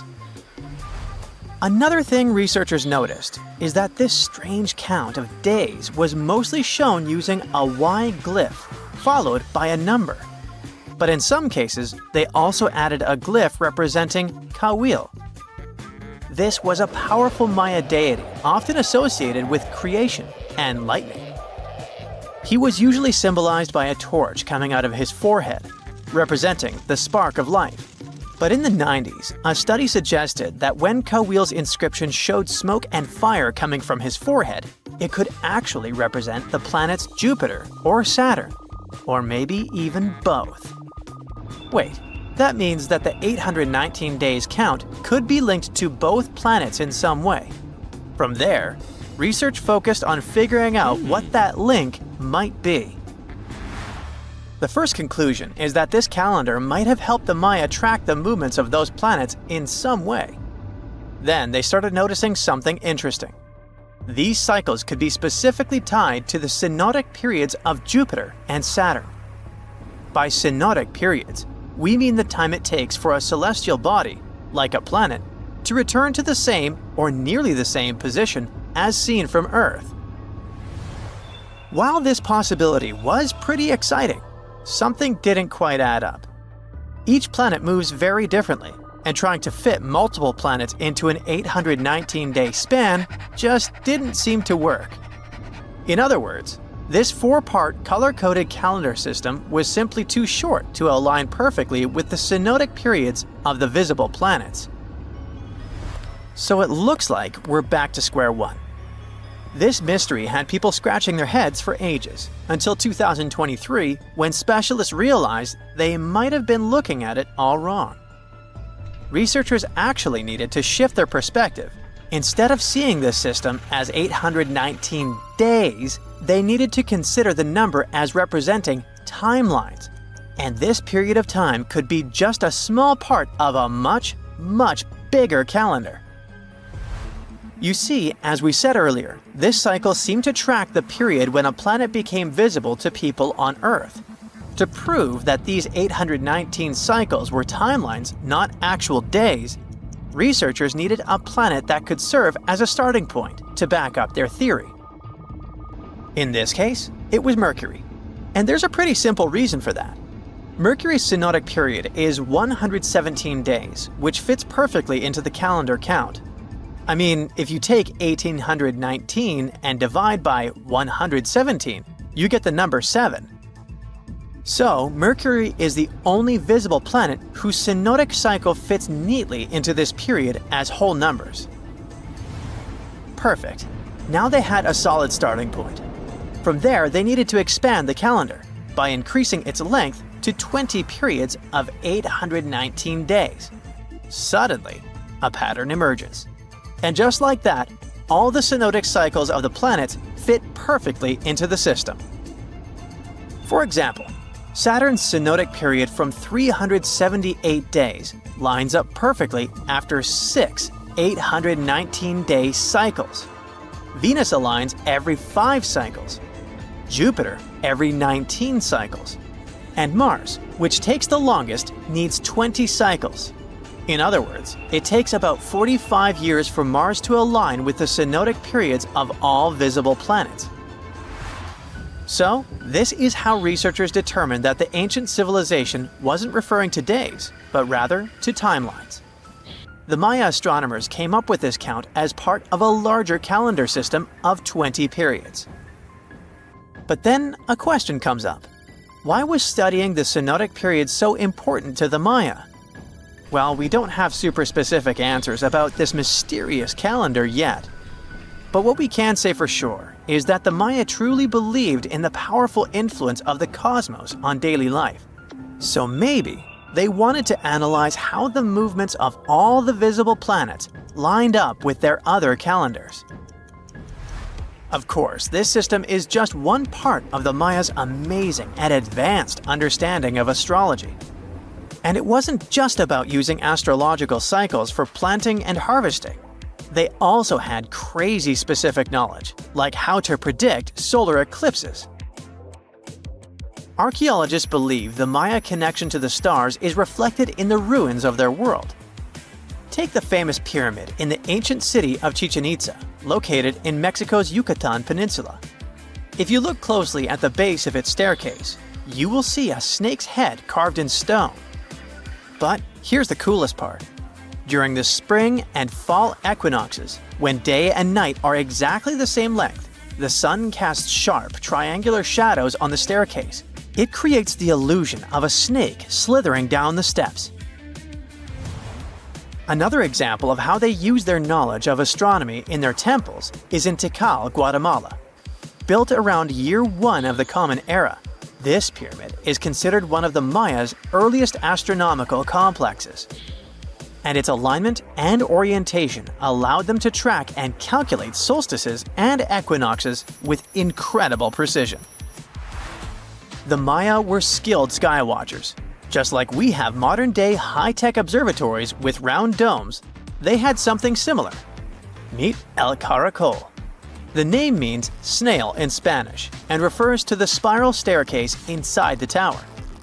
Built around 906 Common Era, it was the perfect place to observe all the changes in the sky and track the movements of the sun, moon, planets, and stars.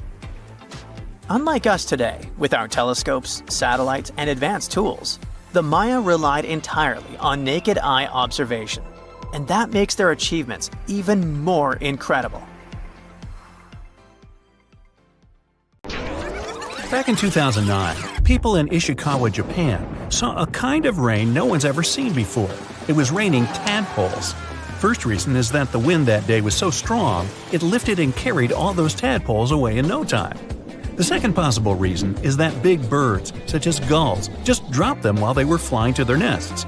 Some scientists believe these creatures were hauled off the ground by a waterspout and rained down later. By the way, that day, people found not only tadpoles, but also frogs and fish instead of puddles. And yep, it can be raining worms too.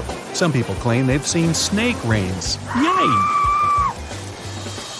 It was a lovely spring in 1876 in Bath County, Kentucky.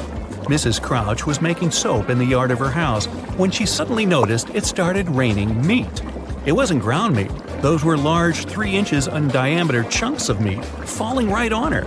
2 volunteers were brave enough to try that grisly-looking meat of unknown origin, and they said it tasted like lamb or deer. Well, they were no foodies. It turned out to be beef.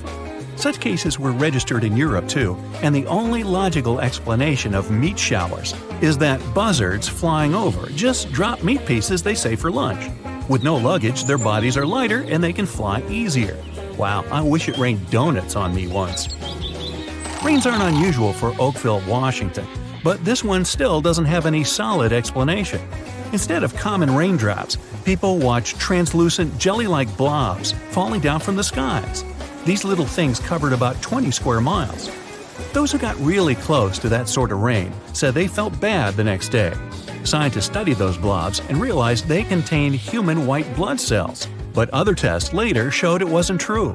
Some people think these might have been evaporated jellyfish, which resulted in rain, or it could simply be some waste from a commercial plane. Almost the same thing happened in 2012 in Dorset, UK. During a hailstorm, people found gelatin balls together with hailstones. Researchers collected these goopy balls and stored them in a fridge to study later. Turns out it wasn't necessary, since the slimy blobs didn't melt at room temperature. No one is sure even now about where the balls came from, but the first idea was that those were eggs of some aquatic animal carried by birds right up in the sky. Later tests proved that the jelly substance was a chemical that acts as a water lock and is used in many commercial products, even cables to protect them from water. Australian spiders are notorious, and to frighten people, they even learn how to rain. Spider rains are a pretty common thing for Australia because of ballooning. They climb up trees, then spin strands of silk, and that's why the wind can carry them away. Usually people don't notice it, but when it's wet, hundreds of spiders climb up to more desirable places. People say that when it rains or snows, it's possible to see spiders literally drift down on those webs as if they were balloons.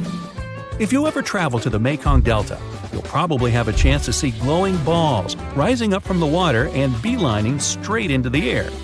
The locals call these the Naga fireballs. Sizes may vary, so these reddish balls can be as tiny as a cherry and as large as a watermelon. During the night, you can see dozens and sometimes even thousands of fireballs. Scientists don't have any solid explanation why it happens, but it's probably flammable gas released by the marshy environment. Still, a local superstition claims it's all because of a giant serpent living in the Mekong. Tornadic waterspout is a tornado that doesn't occur on land, but on water. The speed of the tornado can be really high. The water is collected and partially pulled up. It manages to pull fish and even turtles up into the air. Actually, raining fish can also be explained by this weather phenomenon. The same might happen on the snow, too, but it's really rare. There are only 6 pictures of snow spouts, 4 of which were taken in Ontario. This weather phenomenon requires that the water is warm enough to produce fog while the air temperature is really cold, next to impossible. Lava is red, sky is blue, I'm on bright side, and so are you. Okay, I made that up. But the part about the lava being red can change. That's true, especially if you see the lava flowing from Kauai Gen volcano located in Indonesia. It has a typical red color during the day, but at night it turns luminescent blue. No mystery behind it, just tons of sulfuric acid. This volcano also has the largest acidic crater lake in the world. The water there is so turquoise, you want to jump in immediately, but you probably already guessed that you should never ever do that. The fire on that volcano is also blue, and it's the largest blue fire in the world, rising up to 16 feet. In some places, water may look like glass. White salt ponds might look like windows or even portals to the world underneath. They have their look because of salt evaporation, and such lakes can be found in France and India. But the Cargill salt ponds in the San Francisco Bay Area look even crazier because of vibrant colors. The shades vary. It can be deep blue, grass green, orange, crimson, vermilion, and even magenta. The color difference is all about the different levels of salinity and tiny microorganisms living in those ponds. On the shore of the Baltic Sea in Kaliningrad District, Russia, there's an enigmatic national park called Dancing Forest. The pine trees are all crooked and twisted there. The forest didn't appear until the early 60s, when the pines were planted to make the dune sand in that area a bit more stable. It's probably the unstable sand that made those trees twist that way. Another reason why those trees are so crooked might be strong winds. Some people claim it has something to do with supernatural powers.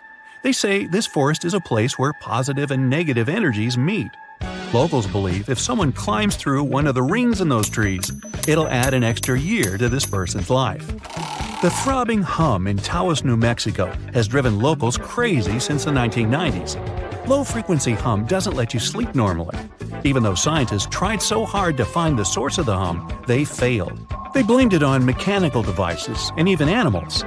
The West Seattle hum, for example, was related to toadfish. Different variations of hum were also heard in the UK, Australia, and in some areas of the United States. Luckily, only about 2% of the world's population can hear it.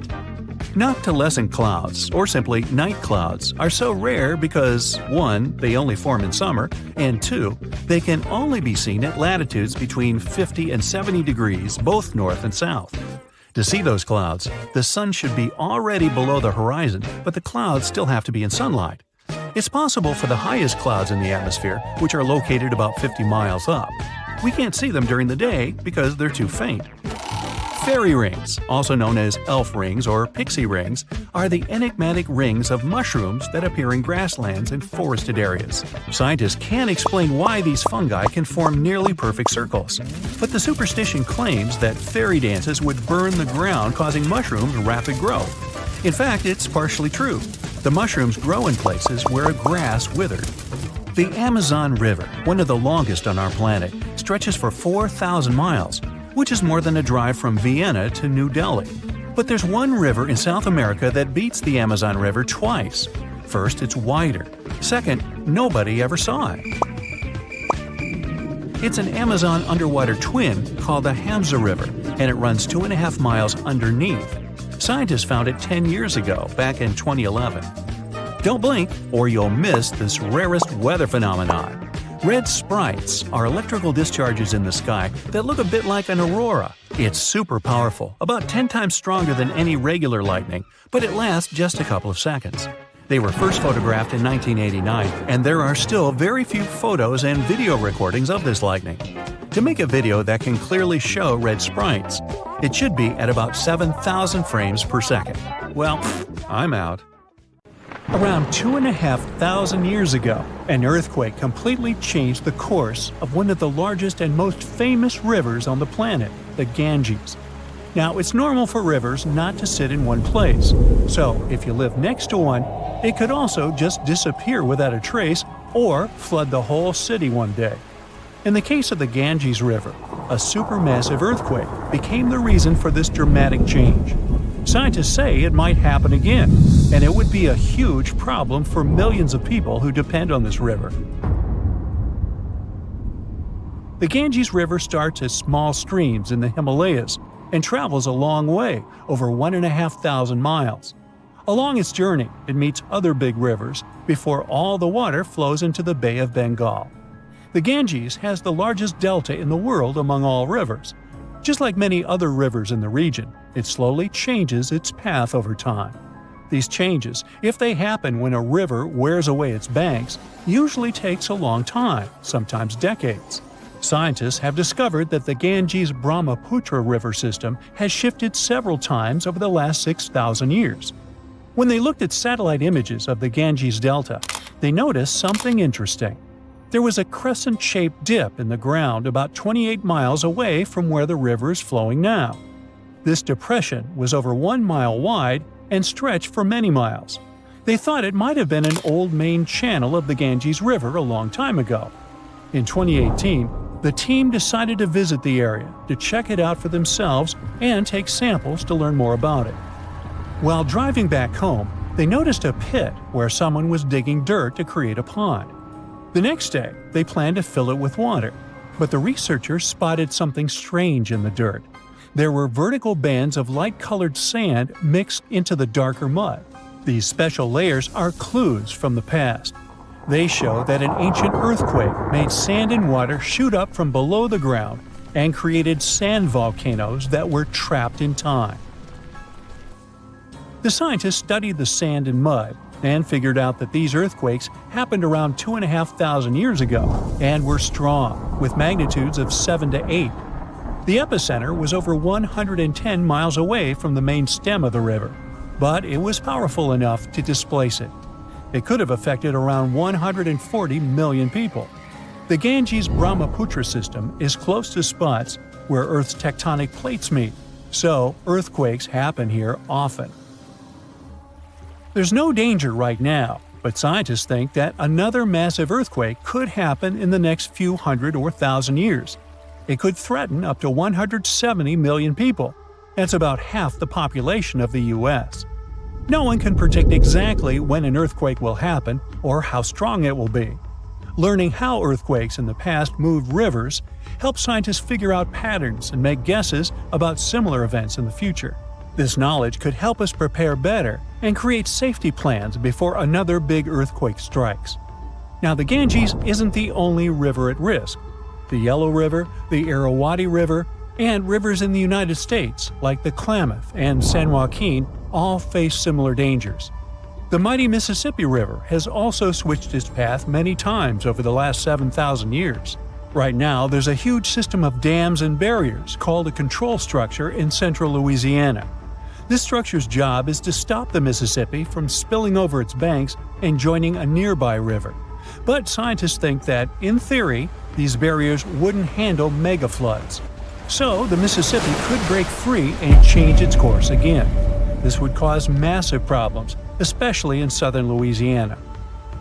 One of the recent examples when a river changing its course caused disaster was the Kosi River in India. In August 2008, over just a few days, the river's path shifted by almost 60 miles, which is a huge change.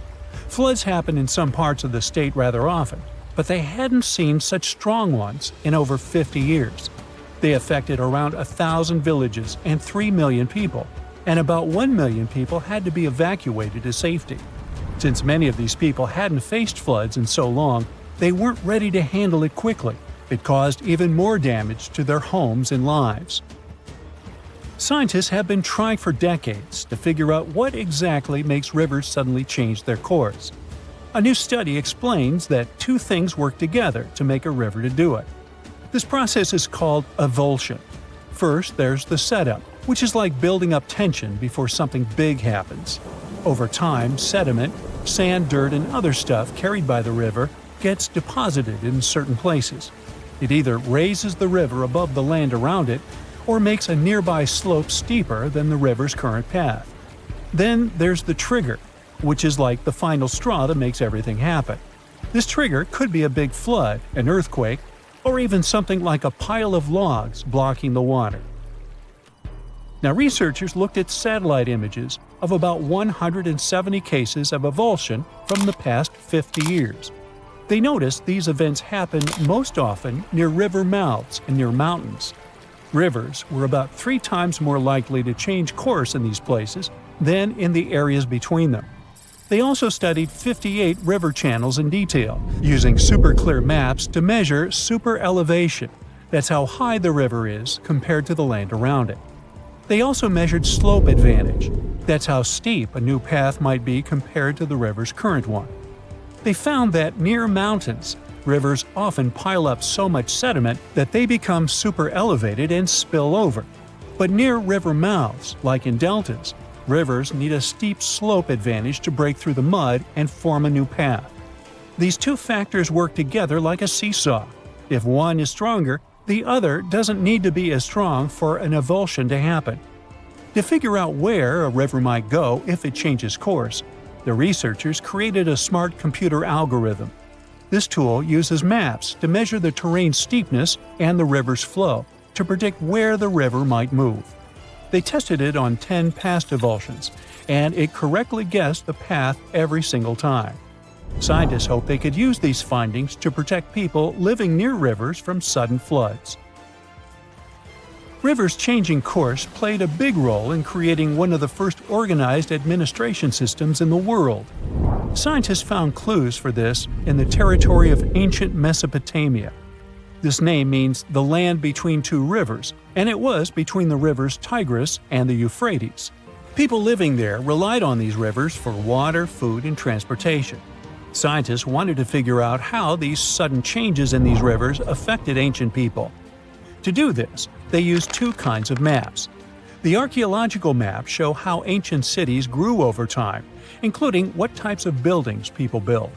Certain buildings, like big palaces or city walls, could show when each city first had an organized administration. The second kind of map showed where the Tigris and Euphrates rivers flowed long ago. They often shifted, sometimes slowly, and sometimes very quickly and dramatically. Around the year 5000 BCE, Mesopotamia started to become drier and farming became harder. Farmers had to grow their crops near rivers, where they could use the natural floods to water their fields or dig little channels to bring river water to their plants. Because farming was so important, towns and cities grew near the rivers too, so people could stay close to their food. But when a river suddenly changed its course, people didn't give up. They worked together to dig long canals to bring water from the new river path back to their fields. The canals helped them get water again, and the administration buildings showed they were organizing as a community to solve big problems together. You look up and see a bright orange flash in the sky. A bit later, you hear a boom so loud the window panes around you burst into pieces. And then you see it. A giant piece of space rock burning high above your head, heading for Earth. When it touches the surface, the explosion leaves behind an enormous crater. It's 12 miles deep and as wide as Lake Michigan. After that, 3/4 of all living organisms on our planet are on the edge of survival. This event took place about 66 million years ago, and the bright flash in the sky was the very asteroid that wiped out the dinosaurs. These days, people have many ways to protect themselves, like we could hide in bunkers deep underground and survive. Such bunkers would already come in handy since there are many asteroids in the sky, and some of them are just waiting for their ticket to Earth to wreak some havoc. For example, the asteroid 1990 MU. In 2027, it'll come alarmingly close to our planet. Many people fear that Earth's gravitational pull will trap the rock, which is the size of 2 Brooklyn bridges. In this case, it'll start to move closer and eventually crash into the planet's surface. Such an impact would cause a shock wave that would be felt on other continents. Once the asteroid hit the ground, there would be an explosion. It'd be so bright, people would think a new sun appeared right here on Earth. The collision would release a huge amount of energy that would then turn into heat. Everything around the impact site would catch fire.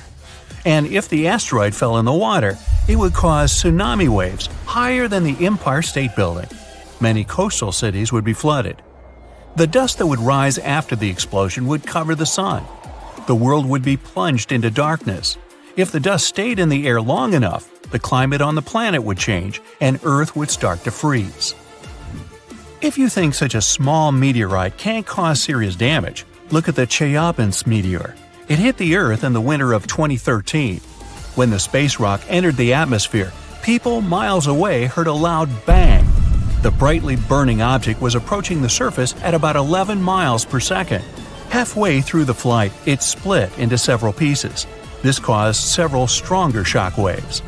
When the meteorites hit the ground, it caused a major earthquake, and the aftershock from the explosions shattered the windows of 5,000 buildings. People in 6 cities around the crash site felt the aftereffects of the fall, and this meteorite was only 60 feet wide. Fortunately, the asteroid 1990 MU will move past our planet. We'll be safe. Whew! But the next asteroid to approach Earth is going to be 3 miles wide. It's called 3122 Florence. If this giant hit our planet, it could wipe entire continents off the face of the Earth. In 2017, this space rock got awfully close to us. It could be seen in the sky even with a small telescope. Now, the next asteroid is the biggest one to worry about, 1999 JM8. It's about as wide as Manhattan, and it has an unnerving habit of approaching Earth a bit too close for everyone's liking.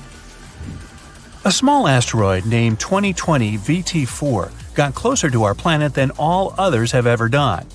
In November 2020, it flew over the Pacific Ocean at an altitude a bit smaller than the distance from Los Angeles to Las Vegas. That space rock was about the size of a big car. If it did make it to Earth's atmosphere, it would burn up completely before touching the ground. Falling asteroids and meteorites aren't uncommon on our planet. Luckily, most of them burst into flames and burn up before they enter the atmosphere.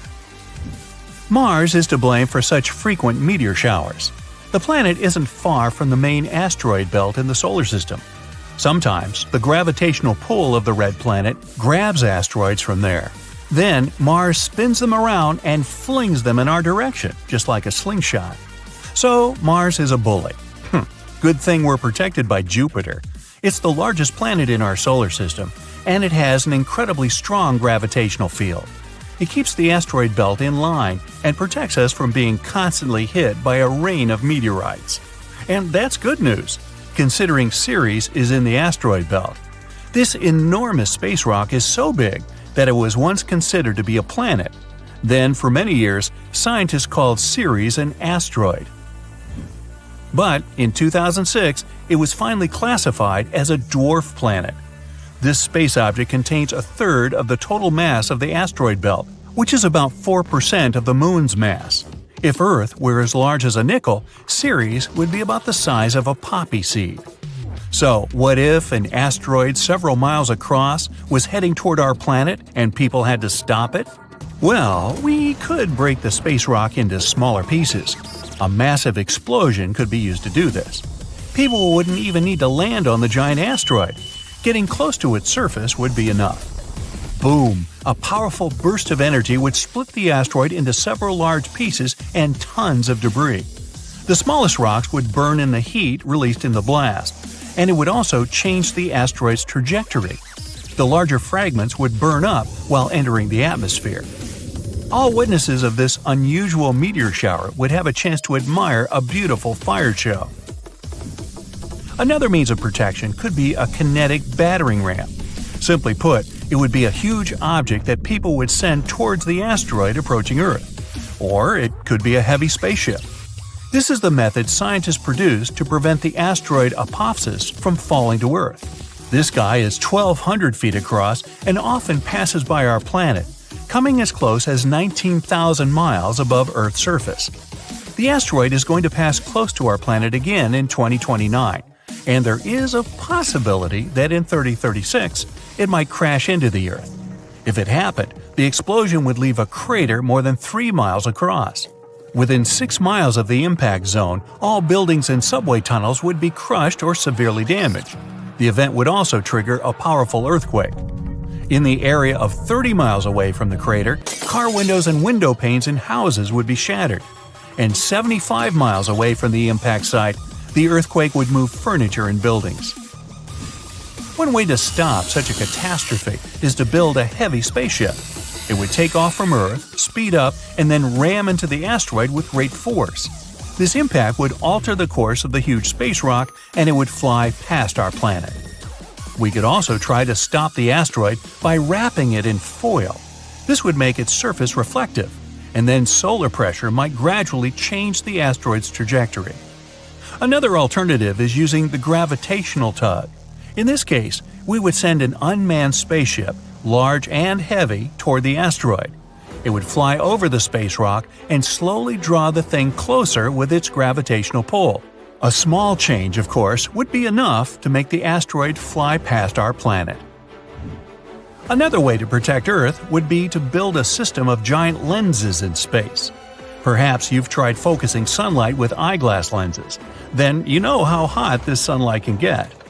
Now imagine having many giant lenses that are all directed at one point. Scientists think that focusing such a powerful beam of light on the asteroid would make the rock melt and evaporate, slowly changing its route. And one more way to protect ourselves from the asteroid would be to install several rocket engines on its surface. It would turn the space object into a rocket, and we could set its course from Earth. Rogue stars pose a much bigger danger. Like asteroids, they fly through space and can collide with anything in their path. The problem is that they have a gigantic mass, sometimes comparable to our Sun's. Around 70,000 years ago, a duo of rogue stars whooshed past the Sun. It didn't affect Earth, but caused some disturbance on the outskirts of the solar system. This event is likely to happen again someday. The rogue star Gliese 710, about half the mass of our Sun, is moving toward our solar system right now. there's a possibility that it'll begin to grab asteroids from the outer asteroid belt and toss them at us. And then, rare meteor showers you can observe these days will become a regular occurrence. But right now, this rogue star is extremely far from our world, and there's a bigger chance that it'll pass by without affecting our peaceful existence. Hi, are you ready to see some interesting but at the same time disgusting or uncanny things? Our list has 25 items with a wide selection from animals to shoes. This person's significant other has a collection of her daily contacts. She chooses to stack them behind the headboard of their bed. Such an interesting exhibition. I wonder what would have happened if they hadn't pulled the bed away for cleaning. Speaking of eyesight, here is a deep, dark wood. It looks like a place from a fairy tale, or a horror story. But visit Ben Lomond in New Zealand or Black Forest region in Germany, and you'll see these enchanted-looking woods. If you're into camping, you might have noticed by now that insects love to accompany you. In this picture, we see insects enjoying their life with campers. Luckily, there are ways to protect yourself from them. I'm talking about bug sprays or creams. Alternatively, you can make your own homemade essential oil repellent. Excuse me, what are these glowing things? They're the eyes of alligators. Dozens of alligators hang out in Florida swamps, their eyes glowing. The photographers got some help from their camera flash to better capture this effect. The animals' eyes look this way because they have a reflector system. You might be familiar with this look if you have a cat. See you later, alligator. Thunderstorms can be scary, especially if you see this in the sky. You're looking at a rarely seen phenomenon. It's a red space lightning, also called a sprite. To me, it looks like a jellyfish. When it comes to things people see in the sky, there are many hoaxes and legends. But this type of phenomenon is real. It's been confirmed by experts. What's that black circle in the picture? Has someone photoshopped it? Nope. Scientists have found a way to open a portal to another dimension. Okay, maybe not that. It's an object painted with Vanta black. In all seriousness, it's the darkest material known to science by now. This material was invented in 2014.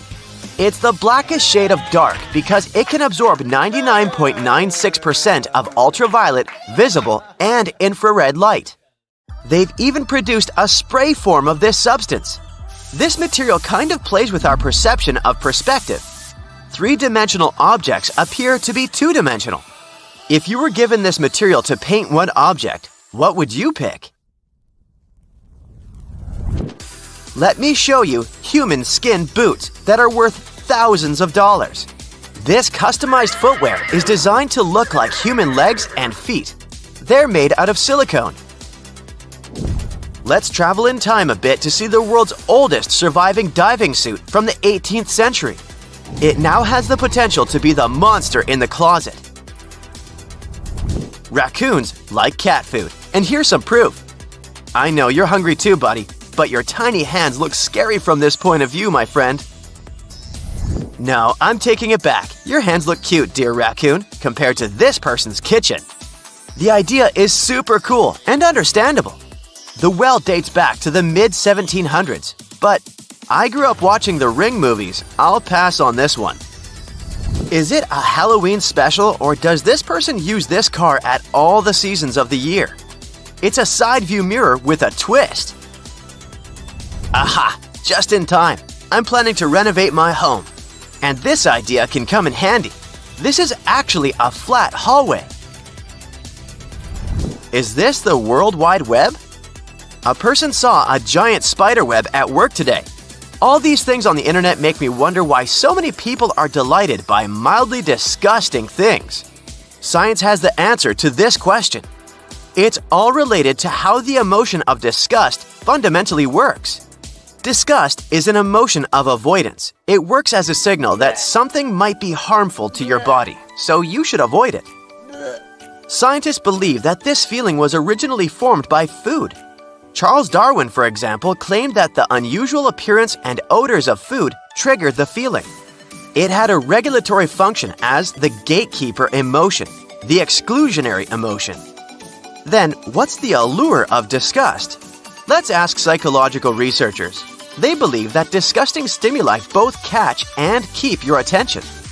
That's why even though disgust is perceived as an unpleasant feeling, the emotion has evolved to simultaneously get people's attention. Sometimes, weird things don't just capture your attention, you can even enjoy them along with many other people. ASMR videos are very pleasant and relaxing. Lots of people don't find them repulsive. On the contrary, they feel calm and euphoric. Here's a close-up of an ant. There's more than 12,000 ant species in the world. I wonder whether all of them look like this one up close. Ants seem so harmless and friendly when they sneak into our picnic basket. Turns out some of them can fly, and some aren't as tiny as regular ants. Since we're talking about animals, this is the mouth of a leatherback sea turtle. It's the largest living turtle. Plus, these turtles keep the record of being the heaviest non-crocodilian reptile. They grow up to 5 feet 11 inches long and weigh 1,100 pounds. If you see one, you can easily recognize it since they lack a bony shell compared to other modern sea turtles. I know it looks like a person wearing a costume, but this is a harpy eagle. Now, do you want to see a Spanish dancer? Oh no, we don't have a flamenco type of vibe here. It's an animal. This fella is a sea slug. It has a scientific name, but it's hard to spell, so people nicknamed it this way. You might see a strong resemblance to a dancer's skirt. It's time to see some weird food. This is a lemon just going about its daily business, getting rotten. Let's visit the world of mold for a while. Mold spores are like tiny ninjas that can infiltrate your food. They're everywhere, and they love to set up camp on your bread, meat, and fruit. They create fuzzy little blotches that can make you ill. You should watch out for the ones that produce toxins. Luckily, not all molds are bad. Some of them, like the ones that make blue cheese, are delicious and healthy. What does mold need to form? Water, food, suitable air quality, and the perfect temperature. Then mold can grow on pretty much any food. Lastly, if you do spot mold on your food, don't just cut off the icky part and assume the rest is safe to eat. Mold can penetrate deep into your food. It's probably best just to toss that moldy food away and not risk it if you're not sure if it's safe to eat or not. I don't know what to say. It was cream cheese in another life. Oh look, a baby seal. Or mold. This person was doing research on molds. They leave us with Aspergillus flavus, which chooses to live peacefully. Can we stop for a moment and talk about why they let it continue? Now, I wonder how tall a plant growing out of a carpet can get. Here's another one. Do you want to see cat vomit that was left to mature for a few days? Ew, but wow, at the same time, they found mushrooms growing on blankets while cleaning a family's house. The feeling of disgust appeared a long time ago. Shakespeare's tragedy Titus Andronicus was similar to our present-day slasher movies. People loved it back then too, similar to why most spectators love Tarantino. Is it just me, or is this strawberry shaped like an animal? It even has a mark for an eye. I hope you were drawn to things that should, by all rights, compel or frighten you. See you next time! There's something really bizarre going on at these 12 points scattered across the Earth. The vile vortices, as they're called, are these creepy spots over the Tropic of Cancer, the Tropic of Capricorn, and the North and South Poles, where weird forces seem to take over. You've probably heard of the most famous one, the Bermuda Triangle. It's believed that more than 50 ships and 20 airplanes have mysteriously disappeared in this area, which is located between Florida, Bermuda, and Puerto Rico. But what most people don't realize is that the Bermuda Triangle actually has 11 siblings, and these other spots can be even more terrifying. Let's start with Mohenjo-Daro. This was a thriving city located in what is now Pakistan. Built around 2500 before the Common Era, this urban center was once home to about 40,000 people. But then, suddenly, people abandoned it by the year 1700 before the Common Era. In the 1940s, an archaeologist discovered 39 human skeletons at the site, which fueled the theory that the city was invaded by some other civilization at some point. But honestly, it's hard to confirm that, since archaeology doesn't really explain the city's sudden destruction or the disappearance of its people. It's led to a bunch of bizarre theories. One of them talks about an ancient extraterrestrial race that might have lived there, and a malevolent wind that swept through the city. Another ancient city with a similar mystery is the Great Zimbabwe. Its construction began in the 11th century, and at its peak it housed up to 18,000 people. But for reasons we'll probably never fully understand, it was abandoned in the 15th century. Archaeologists were really interested in this place, and that's when things got even weirder. They found 8 of these birds, now called the Zimbabwe birds. These soapstone sculptures were found sitting on stone columns that were over 90 centimeters tall. Nothing like them has ever been found anywhere else, and their meaning is still a total mystery. Some think each bird represents a new king, but other theories suggest they were ancient animals very dear to the people who lived there. Adding to the mystery, local legends talk about a strange, short man who's sometimes seen wandering around, but he always disappears before anyone can get close. Then there's Easter Island, another one of the 12 vile vortices. It's located in the eastern Pacific Ocean, and it's famous for its nearly 1,000 enormous statues called moai. We still don't know what they mean, or how they were made. Some of them are almost 30 feet tall and weigh as much as 80 tons. Today, it wouldn't be that tough to move and carve these statues, but we're talking about a period between the years 1100 and 1680. So nobody really knows how they did it. Some specialists believe these statues were carried across the island, while others think they were pushed on log rollers.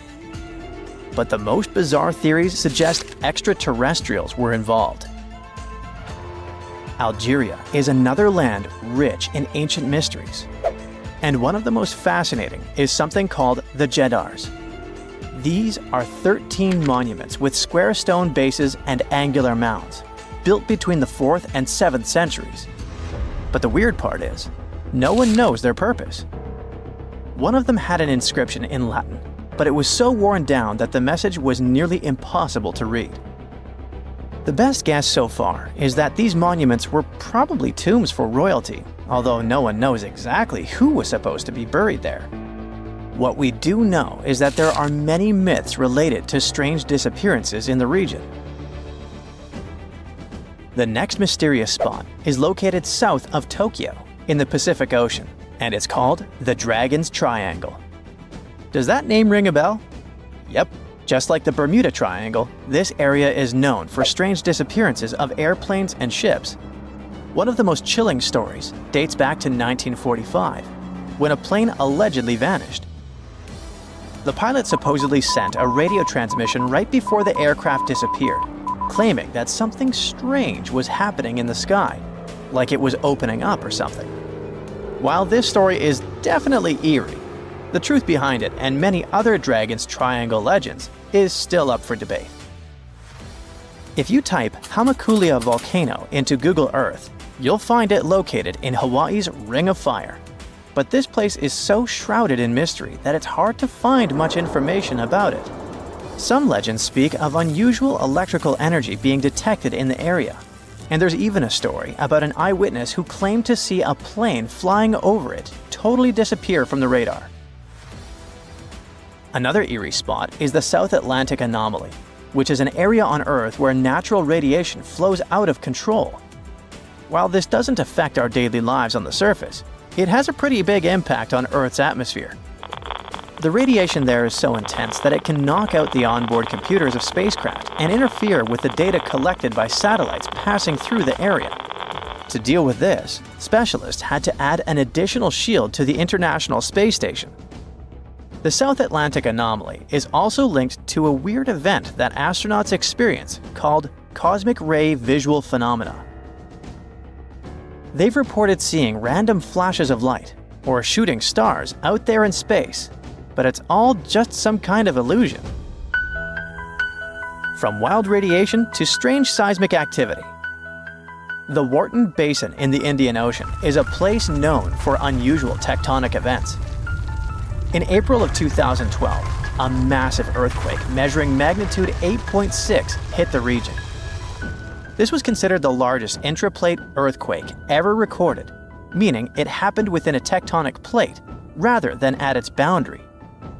This caught the attention of scientists, who now speculate that the region might be forming a new boundary between the Australian and Indian plates. But for now, this is all still one big mystery. Now let's head to the Pacific Ocean. More specifically, to the New Hebrides Trench. This submarine trench is about 750 miles long and 45 miles wide. It formed when the Australian plate slid under the New Hebrides plate. There's no doubt that this is one of the creepiest and deepest spots in the ocean.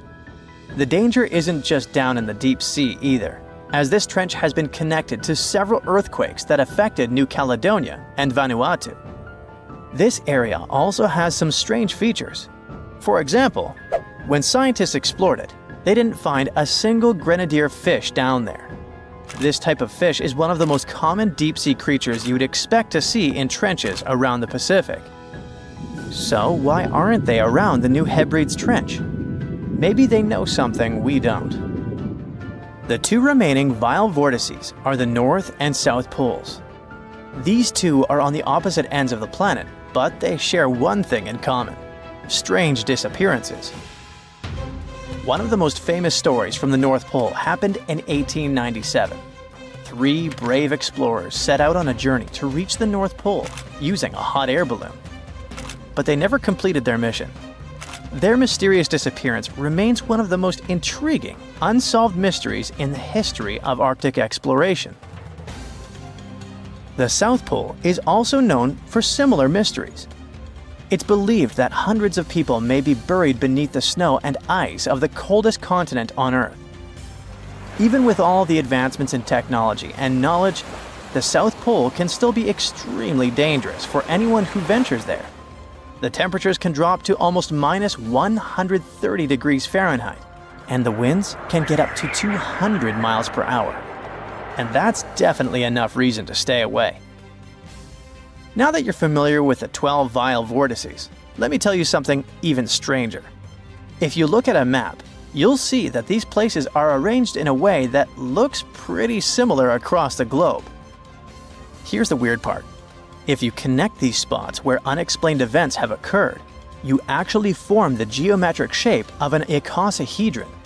This could be just a huge coincidence, but the fact that these mystery spots align with this shape makes them even more intriguing. In 1850, French scientist Auguste Mariette went to Egypt looking for manuscripts, but accidentally found a head of a sphinx sticking out of the dunes.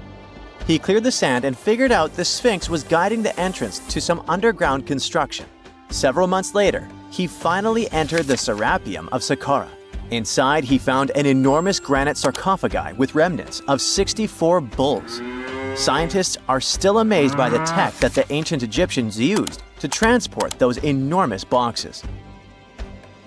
The Serapeum was built around the year 3000 before the Common Era.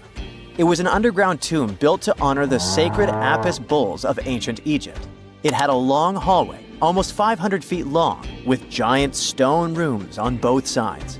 Some of the sarcophagi weighed as much as 50 average cars, and all of them were made with super precision with exact 90-degree angles. These sarcophagi were beautifully decorated with hieroglyphs and carvings that told stories about the lives and importance of the Apis bulls. Now, there are 24 sarcophagi left. In ancient Egypt, Apis bulls were very special animals connected to the deity Ptah. They thought the bulls carried Ptah's spirit and wisdom, helped the pharaoh and protected the Egyptians. Priests looked for special markings on young bulls to find Apis bulls. It could be a white triangle on its forehead, which symbolized divine light, a shape on its back like a vulture's wing, and a scarab shape under its tongue, which stood for rebirth. If a bull had these signs, they believed it was chosen by Ptah and treated it like royalty. The chosen bulls lived in a special temple in Memphis, the city where they worshipped Ptah. They received the best care and offerings from visitors who wanted their blessings. When an Apis bull passed away, it was treated with great honor and mummified. When Mariette entered the Serapeum, he noticed traces of rollers on the gallery's floor and found 2 wooden horizontal winches. Each had 8 levers. Later, other explorers saw double rails. The burial chambers were lower than the hallway floor. To get the boxes into place, workers filled the chambers with sand so the sarcophagi could be rolled in straight. Then they slowly removed the sand to gently lower the boxes into perfectly cut spaces in the bedrock. A carved stone sign found in the Serapeum said it took 28 days to move just one sarcophagus and its lid into its spot during the time of Ptolemy II. The extreme precision of the sarcophagi with 90-degree angles also has an explanation. Ancient Egyptians wrote texts, or rather, papyrus, on geometry a long time ago. It shows that they knew the approximate number pi and could calculate the volume of a pyramid with its top cut off. If they could figure out complicated math like that back then, it makes sense that they could also carve perfectly flat surfaces 500 years later. All this sounds pretty legit, but some people think certain things don't add up here. The size of boxes is way larger than the size of bulls, yet they buried pharaohs in tiny coffins that barely fit their bodies. The sarcophagi are made out of granite with crazy precision, and they could have just used limestone, which would have made things way easier.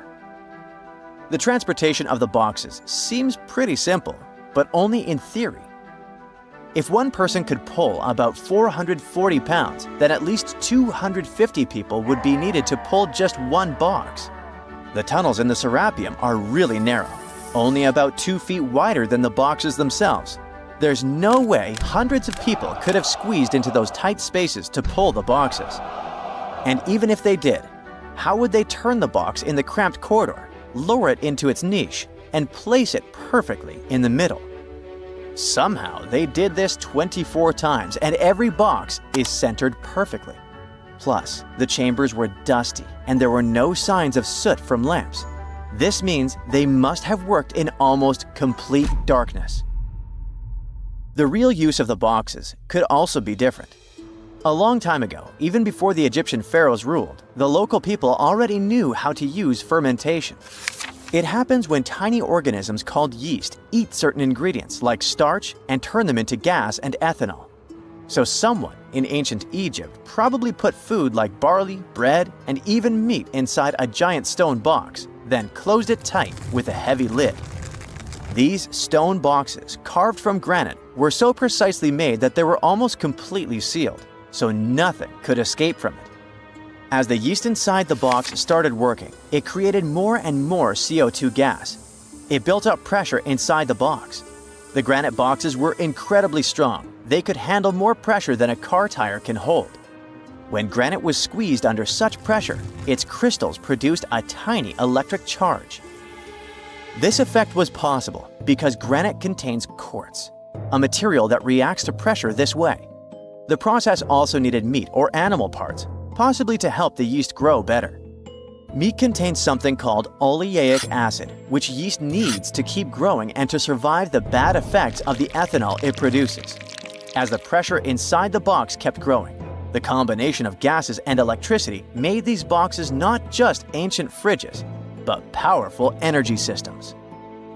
Over time, the pressure inside got so strong that it could push the lid open and the gas would escape with a pop. But when people rediscovered the Serapeum in 1850, they found old drawings that showed piles of stones stacked on top of some of the box lids. So, someone long ago probably tried to make the lids even heavier by adding extra weight to make it harder for the gas pressure to push them open. This extra weight also meant the quartz crystals in the granite could keep creating more electricity under all that pressure. If someone opened one of these stone boxes thousands of years later, they would only find bones from bulls that were placed in the box. And that's exactly what Mariette discovered in the 1850s. They opened the Serapeum for visitors soon after the first excavations in the second half of the 19th century. Prince of Wales even had a luncheon with his guests in one of the sarcophagi. Sands and earthquakes made the site inaccessible for a while, but now you can visit it again and try to solve the mystery yourself. With new tech, we could have answers to many other historical mysteries soon. A team of scientists at Chicago's Field Museum of Natural History recently used a special CT scanner to learn more about ancient Egyptian mummies without unwrapping them. They gently rolled 26 mummies on custom carts out to the parking lot, where the scanner was waiting. It took thousands of detailed X-ray pictures of each mummy and their coffins. When all the pictures were put together, they created 3D images that showed what was inside, the skeletons, and some artifacts. The scientists hope these images will help them understand ancient Egyptian burial practices from over 3,000 years ago. Even though the scanning process only took 4 days, it might take 3 years to study all the data. But scientists were able to learn some personal details about the mummies. One of the most popular mummified individuals at the museum, Lady Chineta, was a woman who lived in ancient Egypt about 3,000 years ago. It looks like she passed away in her late 30s or early 40s. To make sure her body looked complete for the afterlife, embalmers put stuffing in her neck to keep it from collapsing. They also placed artificial eyes in her sockets, so she would have eyes in the next world. She was wrapped in fancy linen and placed in a beautifully decorated coffin. The scans revealed that it had been carefully crafted with a slit at the back, which embalmers used to fit the body.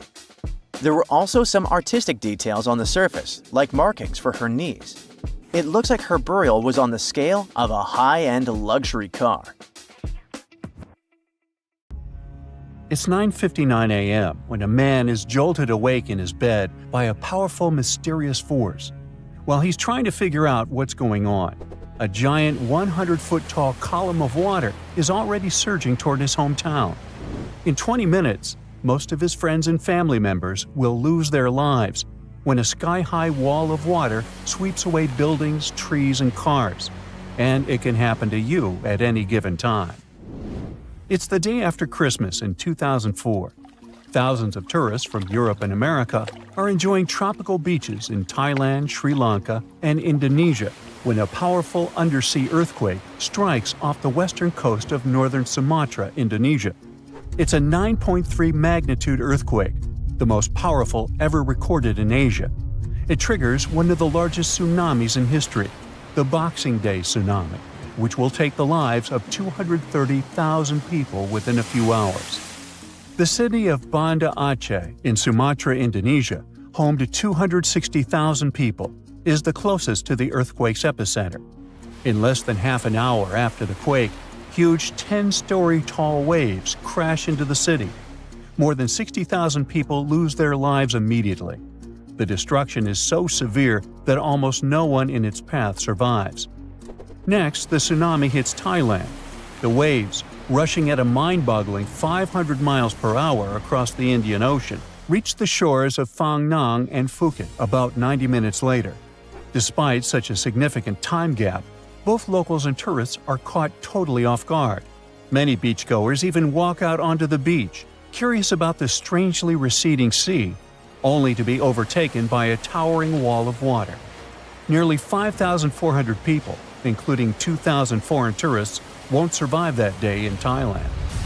An hour after Thailand, the tsunami hits southeastern India near Chennai. Debris-filled waves push miles inland, taking the lives of more than 10,000 people. Sri Lanka faces even worse devastation. The island will lose over 30,000 people, and hundreds of thousands will become homeless. The tsunami's incredible strength is evident even far away. 8 hours later, it claims its last victims in South Africa, 5,000 miles from the quake's epicenter. There, rogue waves catch swimmers off guard.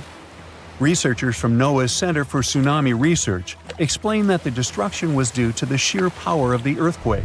It originated from a megathrust fault. That's where heavy ocean plates dive beneath lighter continental plates. These faults are the largest in the world and lie underwater. The 2004 earthquake ruptured a 900-mile stretch of the Indian and Australian plates, 31 miles beneath the seafloor. Plus, instead of one quick jolt, the quake lasted for 10 minutes and released an unimaginable amount of energy. During the shaking, massive sections of the seafloor moved upwards by 130 feet. That's a lot. Such a sudden movement set colossal waves rippling across the ocean. Imagine it like dropping a massive pebble into the water. The thing is, tsunami waves aren't like those surfing waves you may imagine. No, they look like a fast-moving whitewater river that floods everything in its way. If you get caught in those raging waters, it's almost impossible to survive. If the powerful currents don't pull you under, floating debris will. That's the reason why, during earthquakes, there are usually many injuries and fewer lives lost. With tsunamis, it's the opposite. There's way fewer injuries than fatalities because it's too hard to survive. Catastrophic tsunamis like the one in 2004 are rare. That's why India and Sri Lanka had no record of such disasters. This lack of experience, combined with the absence of warning systems, made the consequences of the disaster even more tragic. People didn't feel the earthquake because they were far from the epicenter. And with no natural warning signs, no official alerts, and no history of tsunamis, the waves that hit crowded coastlines had devastating effects. By the way, the Pacific Ocean, the largest ocean on Earth, is where most earthquakes and tsunamis occur. Locally damaging tsunamis strike somewhere in this ocean about once every 1 to 2 years.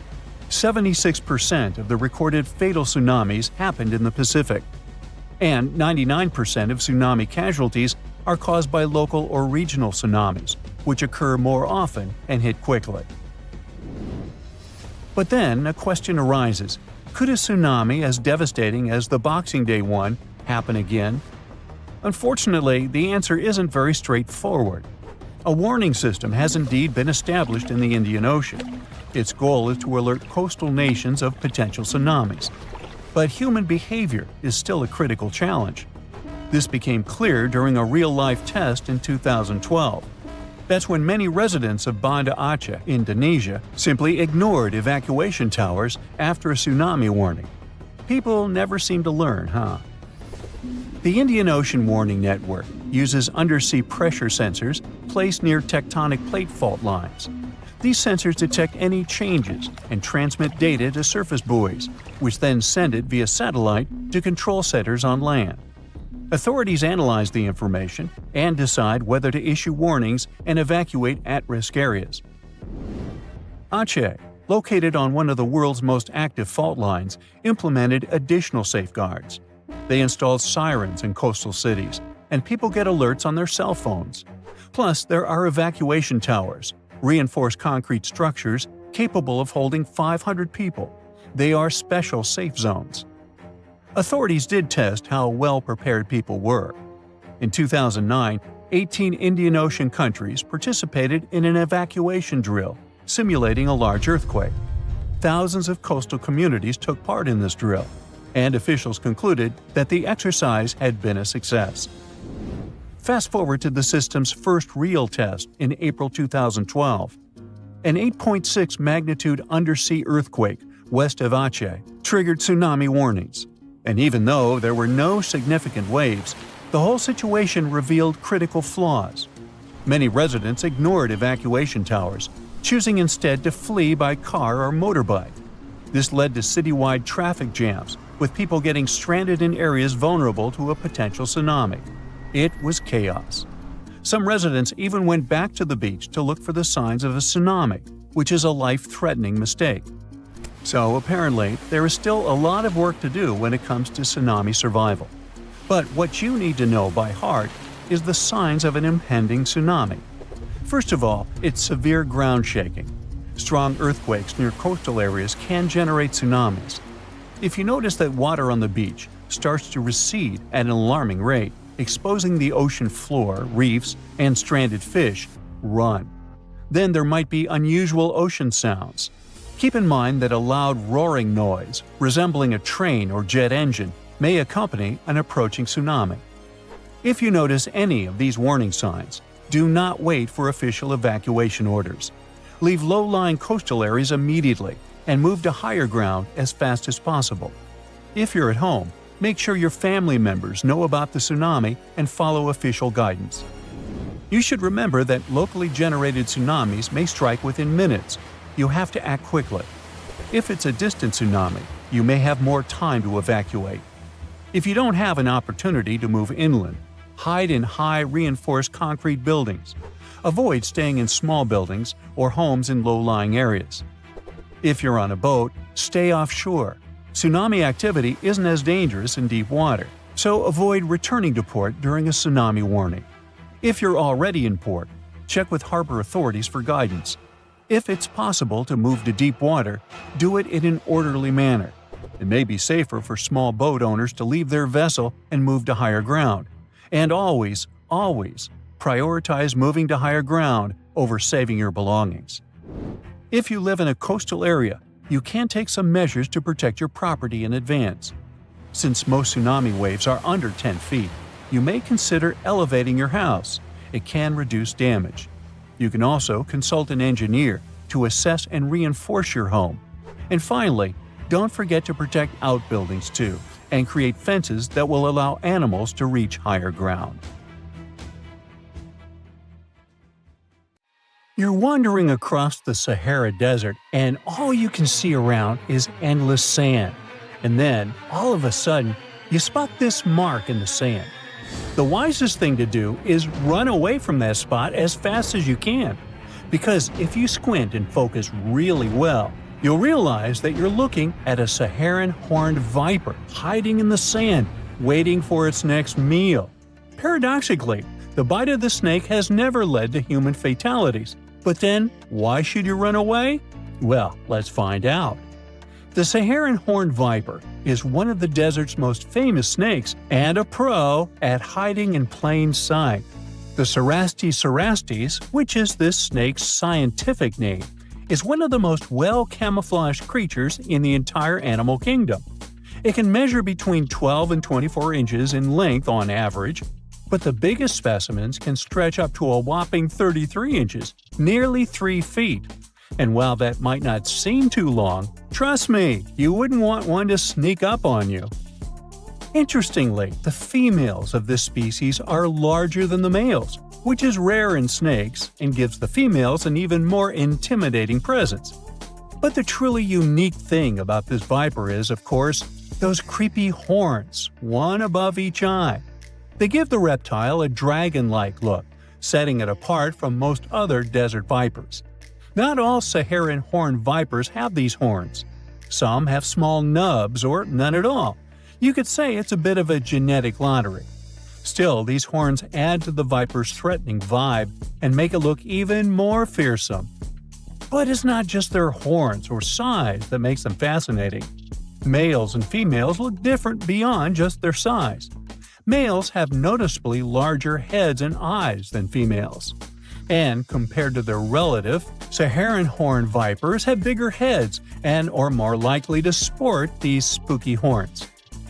Now, let's talk about what makes the Saharan horned viper a true master of survival: its uncanny ability to blend into the sands. This viper's coloration matches the Sahara's various shades: yellow, pale gray, pinkish, reddish, or light brown. It has an intricate pattern along its back, with dark, semi-rectangular patches that sometimes fuse into crossbars. At the same time, the underbelly is white, and the tail often has a black tip. And it's another trick. Some animals can mistake this feature for a scorpion stinger. This camouflage is the viper's main line of defense and its tool for hunting. The reptile doesn't just slither around in plain view. Instead, it buries itself in the sand. The viper can wiggle its body under the soft desert sand, leaving only its eyes and nostrils visible. Imagine a creature so skilled at hiding that it can lay completely flat and practically disappear, waiting for hours until an unsuspecting mouse or lizard or human wanders by. During the day, the viper also takes shelter under rocks and in burrows left by other animals. Sometimes it even simply hides in the shade of bushes. For a creature that looks so fierce, the Saharan horned viper is surprisingly even-tempered. It won't waste its venom on a threat it can avoid, preferring instead to lie still or try to hide. But when it feels truly threatened, the snake gives a truly dramatic warning. It rubs its coils together, producing a distinctive hissing and crackling sound that lets you know it's ready to strike. And if you ignore that warning, well, this viper's bite is loaded with toxic venom that can be quite dangerous. That's why handling such snakes can be a fatal mistake, as two unlucky handlers in Europe once discovered. Both men were bitten by captive Saharan horned vipers, and the bites caused extreme swelling, blood clotting issues, and even kidney failure. The venom in these bites has special compounds that mess with blood clotting, attack kidneys, and can cause serious internal bleeding. The best treatment for these bites is specific antivenom, but it's clear that the bite of a Saharan horned viper is nothing to take lightly. Now here's another astonishing fact about this reptile. When it does move, the Saharan horned viper doesn't slither in the usual way. Instead, it uses a unique style called sidewinding. Picture the animal lifting a loop of its body, moving that loop forward, and then pulling the rest along behind. This sideways walking lets the snake move across the hot sand without letting its belly touch the ground for too long. In a place as hot as the Sahara, this technique isn't just cool looking, it's essential for survival. While the Saharan horned viper is a champion of desert camouflage, it has some serious competition in the camouflage department. Around the world, there are other snakes that have protected the art of blending into their surroundings to catch prey and avoid being eaten themselves. Like the eastern brown snake, an Australian snake that is one of the most venomous in the world. Its brown color lets it blend in with rocks and soil, making it extremely hard to spot until you're practically on top of it. A bite from the snake can be fatal in less than an hour. Or the eastern copperhead, found in the forests of the U.S.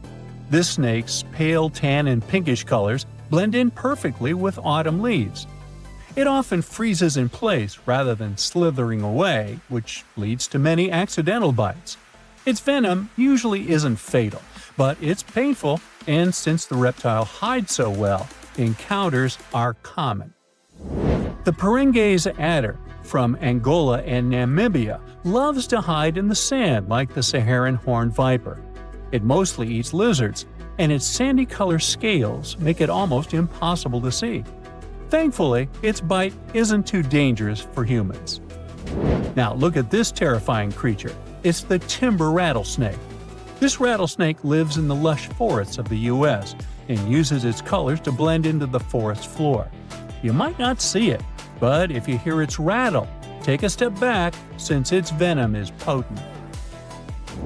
The Pacific gopher snake, found on the west coast of the U.S., can grow up to 7 feet long.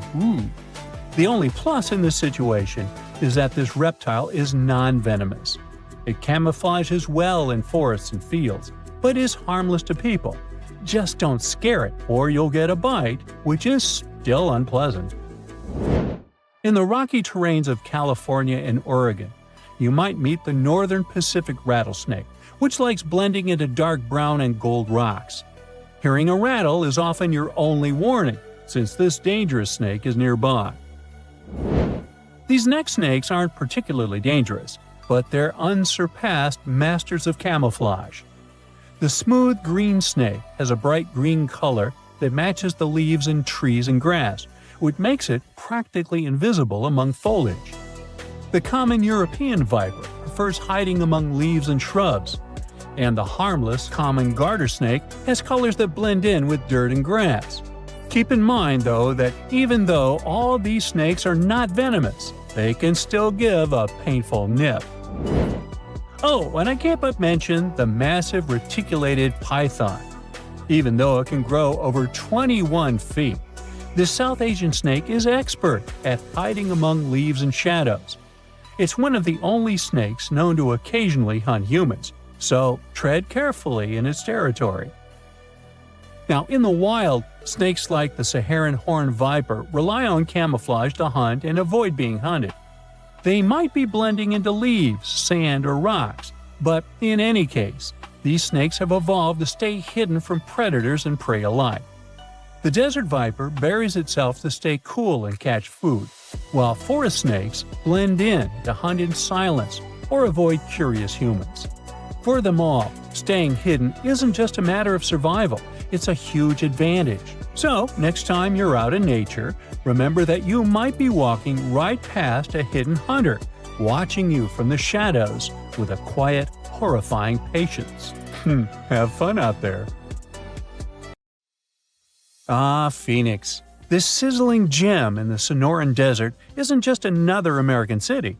It's more like a giant oven where you can throw a party, as long as you don't forget the ice. Seriously, if you find yourself here in the summer, brace yourself for some serious heat. We're talking about temperatures that regularly pass 100 degrees. And in 2024, Phoenix hit 110 degrees 55 times during the summer, tying the record set just the year before. Now, I get it if you're not a fan of hot weather, but apparently a lot of people love living in a sauna. Phoenix ranks as the 5th largest city in the United States, and it is the capital and most populous city in Arizona, with 1.7 million residents as of 2024. And if we're talking about the metropolitan area, also known as the Valley of the Sun, the population is almost 5 million. Yet, good luck finding someone actually born here. Out of every 4 Phoenix residents, 3 were born somewhere else. Believe it or not, Phoenix wasn't always this bustling, crowded place. It became one. A few decades ago, it was just a sleepy little dot on the map. Back in the 1940s, the population was around 65,000. It wasn't even close to cracking the top 100 list of the largest U.S. cities. Now, at that time, Phoenix was mostly an agricultural hub, and its economy revolved around what they called the 5 C's: cotton, citrus, cattle, climate, and copper. But things really started to change in the 1950s thanks to one life-changing invention. Drumroll please? The air conditioner. Actually, it was the portable version that came out in 1945, created by an American inventor named Robert Sherman. Phoenix residents owe a lot to Robert for making life bearable during scorching summers. Before AC, people in Phoenix would literally move their beds outside and build sleeping porches. They'd protect that kind of outdoorsy space with light curtains or some kind of net to keep the dust and bugs out. Fun. Anyway, the point is that the air conditioner played a big part in making Phoenix an easier place to live. Since the 1940s, this city in Arizona has transformed from a dusty little town into a sprawling urban jungle, and it's still one of the top 10 fastest-growing metro areas in the U.S. The best part is, it looks like that won't change anytime soon, since this 519-square-mile metropolis is surrounded by rolling desert, with plenty of room to keep growing as far as the eye can see. So, who's dropping everything to move to Phoenix? Well, Californians are the city's biggest fans. According to a recent survey, a third of all new renters moving to Phoenix come from Los Angeles. Okay, that survey might not be the most reliable since it only applies to the source's clients, but it does line up with U.S. Census Bureau data from 2019, which says that 70,000 Californians moved to Arizona in the previous year. The connection between Phoenix and LA is so strong that some people even call Phoenix the next LA. You've got to give Phoenix credit for capitalizing on its proximity to Southern California. The city offers lower taxes, fewer regulations, and lower costs of living, which makes it a magnet for businesses, especially in high-tech and service industries. So, in the 90s, Phoenix was considered a non-stop generator of jobs. In the last few years, we've seen the number of jobs only go up, and the unemployment rate has dropped by nearly half. going from 6.3 in January 2014 to 3.4 in the same month in 2024. Now, when it comes to big city problems, you can't avoid talking about traffic. But here's another reason why Phoenix is a dream city. It doesn't even come close to the traffic nightmares you find in places like LA. Estimates show that people in Los Angeles waste about 119 hours a year just sitting in traffic. But in Phoenix, it's more like 61 hours. Huge difference, huh? And let's not even start talking about the money people waste just sitting in traffic. In LA, drivers burn through about $2,440 worth of gas per year.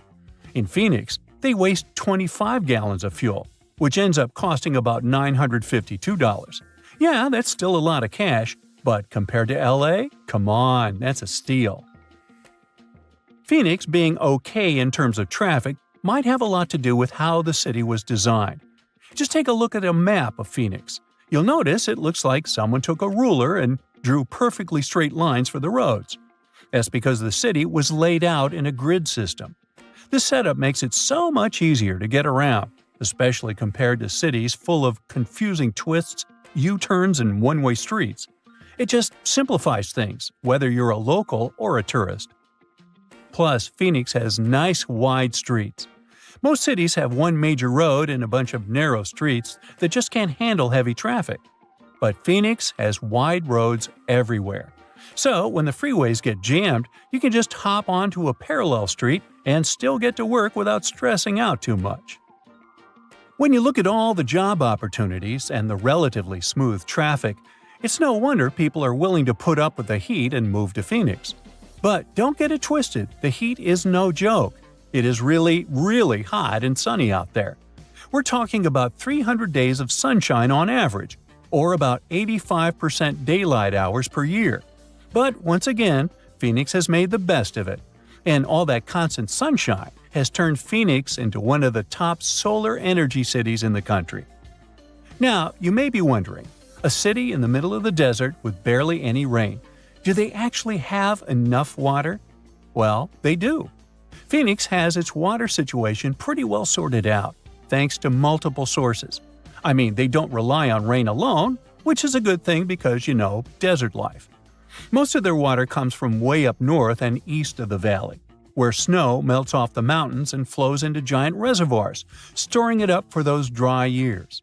But most of Phoenix's water comes from the Salt River Project, which brings water through canals and pipelines from the Salt and Verde rivers. Then there is the Central Arizona Project, which transports water all the way from the Colorado River. They even get a bit of water from underground wells. And Phoenix doesn't want to waste a drop, so they're smart about recycling, reusing treated water to keep parks green, and even recharging their groundwater.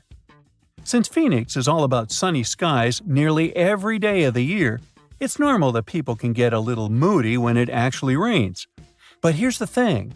Phoenix always gets a surprise up its sleeve, even when it comes to bad weather. When it rains in the deserts, locals get treated to this unique earthy smell. It's thanks to the creosote bush, a desert plant that releases an amazing fragrance when the rain hits it. People describe it as the smell of rain, and honestly, it's one of those fresh, clean scents that makes you forget you're in the desert for a second. And if you've never stopped to think about why Phoenix is called Phoenix, well, it's based on that famous legend of the bird that rises from the ashes. Now, after knowing all the special things about this city and its unique ability to turn challenges into advantages, we can say the name couldn't have been better chosen.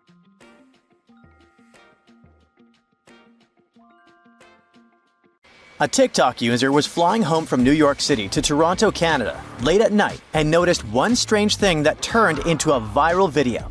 She glanced at her neighbor's screen, which showed 27°C, which is around 80 degrees Fahrenheit in the corner. Then, she saw that the person in front of them had 26°C, closer to 79, on their screensaver. Since the rest of the screensaver was a tropical landscape, she figured out it must be the destination temperature in Celsius.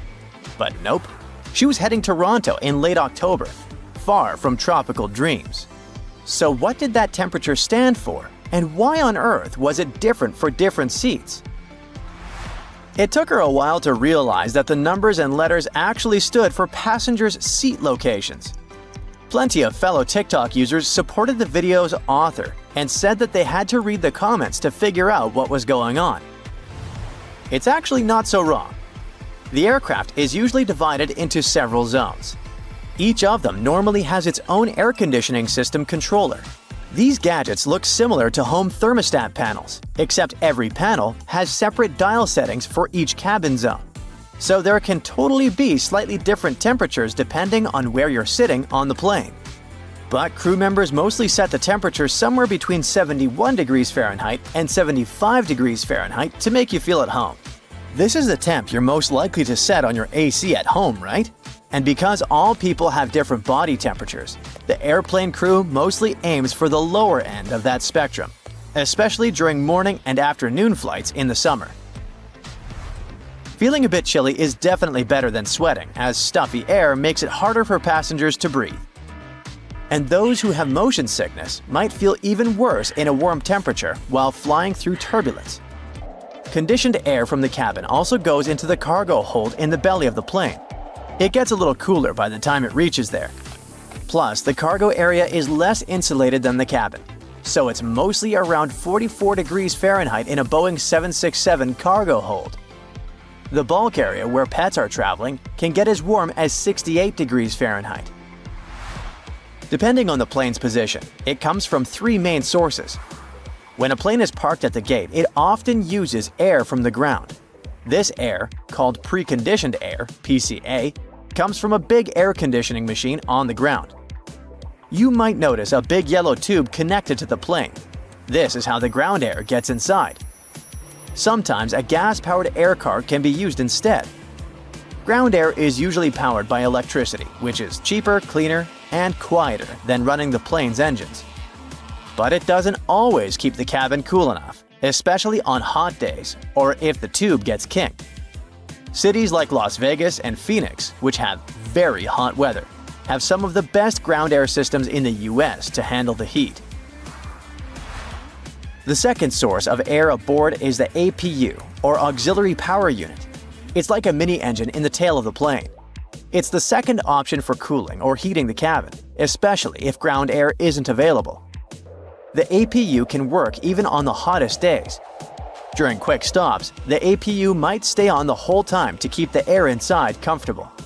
If the plane is preparing to leave the gate, the APU gets switched on just before the ground air is disconnected. The plane's main engines can also provide air for the cabin. This happens when the engines are running, usually after pushback or during the flight. The engines can keep the cabin cool or warm while also managing the plane's pressurization. If the cabin feels too hot or cold, pilots can fix it if they start the engines early. If not, they can use other sources of air. This might not always work, especially when the temperatures are going up and planes get extra hot just sitting on the runway. One flight attendant shares the story of how she felt hot, dizzy, confused, and then blacked out aboard. Another flight in Florida was delayed an hour because it was 93 degrees inside the cabin. The gate agent told the passengers they had to wait for it to drop to at least 85 degrees to board the plane safely. The sun wasn't even up yet at that time. Sadly, the external AC units and the auxiliary-powered cooling systems don't always work properly because of maintenance issues. You can increase your chances of feeling comfortable on the flight if you look up the flight number and what type of plane it uses. Newer planes will have more advanced onboard technology. Some will even have temperature regulation by now. So you'll only have to fight a couple of neighbors to get to the temperature you prefer. But then there's also the cost control problem. Some airlines make their pilots save money on fuel and maintenance and won't let them use the auxiliary power unit and other engines while the plane is at the gate or on the runway. If they use too much fuel for AC on the ground, they might have to refuel later on. Another big problem with hot weather is how it affects takeoff. Planes are very heavy and gravity pulls them down to the ground. To get into the sky, they need lift, which is the force that opposes the weight of the airplane and holds it in the air. When the air gets hotter, it expands, which means there are fewer air molecules to push the plane upward. For every rise of 5.4 degrees Fahrenheit, an airplane loses about 1% of its lift. So, in really hot weather, it can be much harder for planes to take off, and if it gets too hot, it might even be impossible. The problem is especially tricky at airports in high places, where the air is already thinner, and at airports with short runways, which give planes less time to speed up. For example, at 68 degrees Fahrenheit, a plane might need a runway that's 6,500 feet long to take off. But if it's 104 degrees Fahrenheit, the same plane would need 8,200 feet of runway. In 2018, because of a heat wave in London, they had to remove passengers from 14 flights. It happened at London City Airport, which has shorter runways than other airports in the area. So they have to take off at a steeper angle. It would have been impossible if the plane had been loaded to the max, and they would have had to use a lot of extra fuel to make it fly. On one flight, they had to ask 20 passengers to stay behind. Since no one volunteered not to fly to Ibiza, they had to choose them at random. This made the plane lighter and let it take off safely. Scientists have also noticed that headwinds that help the plane take off have slowed down by about 2.3 knots every decade. It reduced the maximum takeoff weight for planes. If you're more worried about the cold than the heat, there's some good news for you. Since planes fly at almost 40,000 feet above the ground, they can perfectly survive freezing temps of around -70 degrees Fahrenheit. They keep the fuel warm on the ground, and once the plane is flying, the engine heats it up, so it works perfectly even in the icy skies. Cold air actually helps planes fly better because it's denser than warm air, which means they can take off more quickly and fly more efficiently. But cold weather has its challenges, like ice and snow. If snow or ice sticks to important parts of the plane, like the wings, it can mess up the smooth airflow that helps the plane fly. To fix this, ground staff sprays the wings with heated antifreeze liquid to melt the snow and ice. When the plane is flying, the wings stay ice-free because the engine's hot air warms them up and the plane's speed prevents snow from sticking.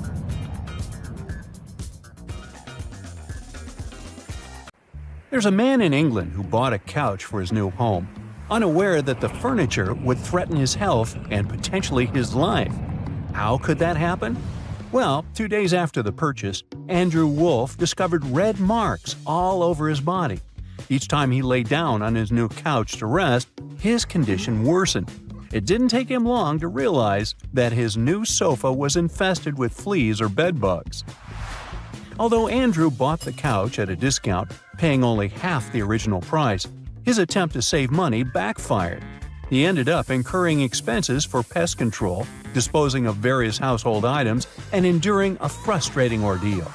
The company that sold him the couch agreed to issue a refund, but denied his request for compensation, arguing that he was aware the couch was a returned item and had previously been in another home.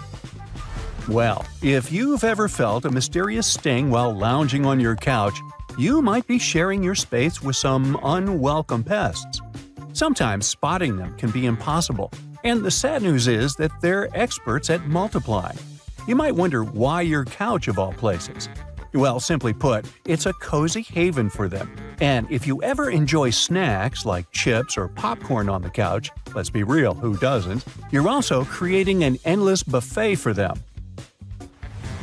Now, sometimes removing the cushions from the couch and vacuuming all the gaps can solve the problem. But if you have an older couch that's super dirty, just vacuuming it won't do the trick. Bedbugs are mostly active at night, so they could attack you while you sleep. They feed for up to 10 minutes until they get full. The bites look different on everyone, and the reaction can be severe. Remember, these small but fierce critters can survive without food for several months. So, if you're planning to store your furniture in the garage for a while, make sure to give your couch a good cleaning and vacuuming. Then seal it up in a zippered cover. Even if there are bedbugs still hiding inside, they'll eventually kick the bucket without a source of food and won't be able to reproduce. Meanwhile, fleas spend most of their time together in crevices in the walls of your home. Did you know that these little guys remember the dinosaurs? They were around for at least 165 million years. They had to be larger in size and have much larger mouth parts to get through the thick skin of dinos. When they bite, they mostly go for legs and ankles. Then the marks from their shenanigans can stay sore and itchy for a whole week. You won't spot them hopping from crevice to crevice, but you can find their droppings around your couch legs and underneath the couch itself. If you see them, you can try treating them with some salt for a couple of days, or just call a professional. Now, cockroaches prefer to live in the kitchen, but if they see that you've started a free canteen in the living room, they'll make an exception for you. There are so many of them that some surveys say they live in up to 98% of homes in urban areas, mostly unnoticed. They also like to party at night, and if you manage to spot them, you can serve them with a custom treat. Take an empty glass bottle and line the bottom of it with some maple syrup. Put some cooking oil on the top of the bottle. This trap will work like a cockroach magnet, and they'll get stuck in it forever. And then you can decide what to do with a bottle full of bugs. Moths are super sneaky, so you won't see them on your sofa. But you will feel some weird movement if they're inside. They love wool and other natural fibers, but even if your couch isn't that exquisite, they'll still move in there if there are food stains on it. If you see holes in the fabric, webbing around the legs or frame of a sofa, or moth larvae, you'll know they've moved in with you. There are around 160,000 species of moths in the world, and only 150 species that can sting. They really can't bite when they're mature because they grow a long, strong-shaped orifice. But caterpillars don't have that feature and can give you a tough time. And then there's this horror scenario where you lay down and a couch moth just crawls into your ear. It happened to a guy in America who became an internet sensation. He felt the moth near his ear and wanted to smack him, but the insect went inside. His friends helped the guy with a pair of tweezers. It turned out that the moth was 1 inch long and still perfectly fine. So both the guy and the moth got lucky that time. But experts don't recommend using objects to remove the moth.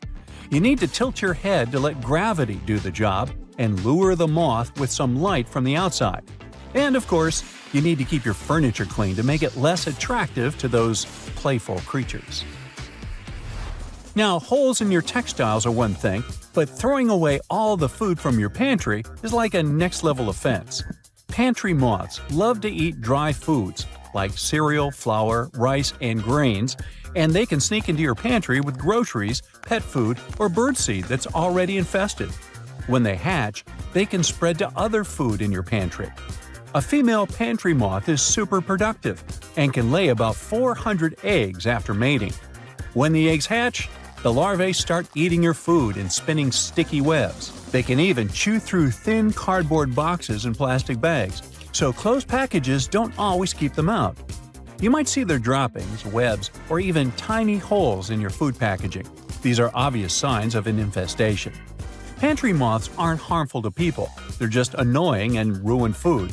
But some types, like the cinnabar moth, are poisonous. They have bright red and black colors, which warn predators to stay away. If you feel like your pantry might have moths right now, pause the video and inspect it well.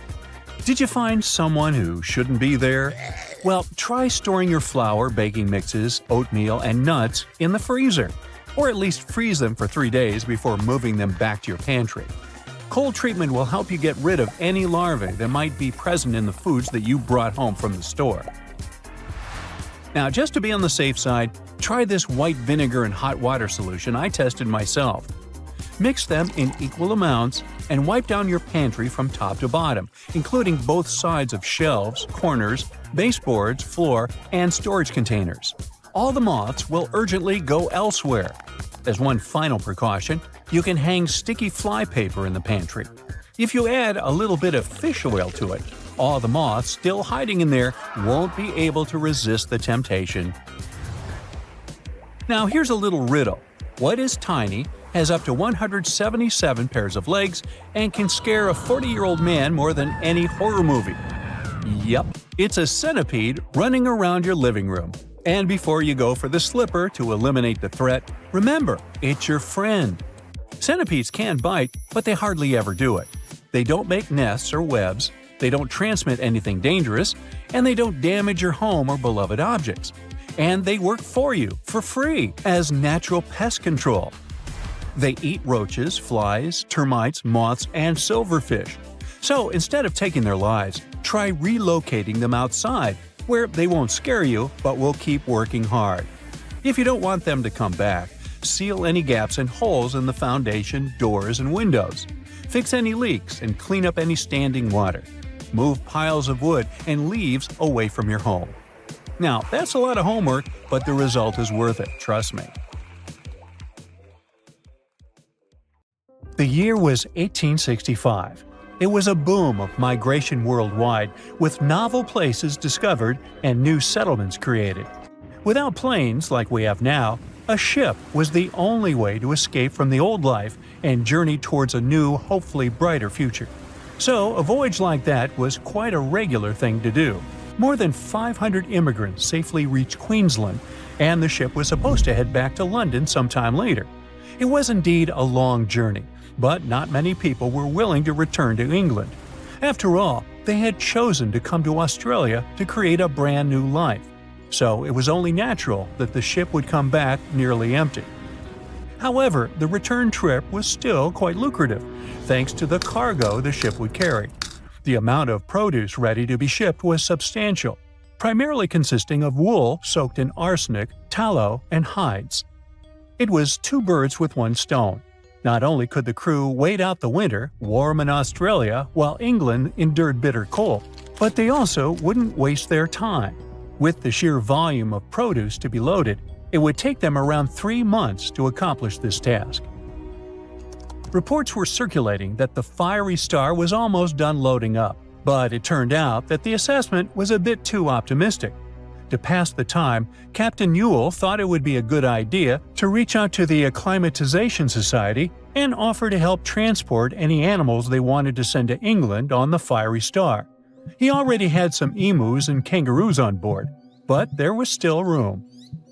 The society held a vote, and they were totally on board, pun intended, with Captain Ewell's idea. They figured sending some taligallas would be a great plan. Even though a few of these birds were already in England, the French Society needed a couple, and they could get them shipped there through England. Little did the crew know that all this cargo, all the produce they were willing to sell in England, would ultimately lead to the ship's destruction. Not only was the Fiery Star lost, but most of the people on board did not survive to complete the voyage. March 23rd. That was the day when the ship manifest was finally published. A manifest is a list that details the cargo, passengers, and crew of a ship, plane, or vehicle, primarily for customs officials. This document helps those involved in the transport verify that everyone and everything that was loaded is still on board when the vehicle reaches its destination.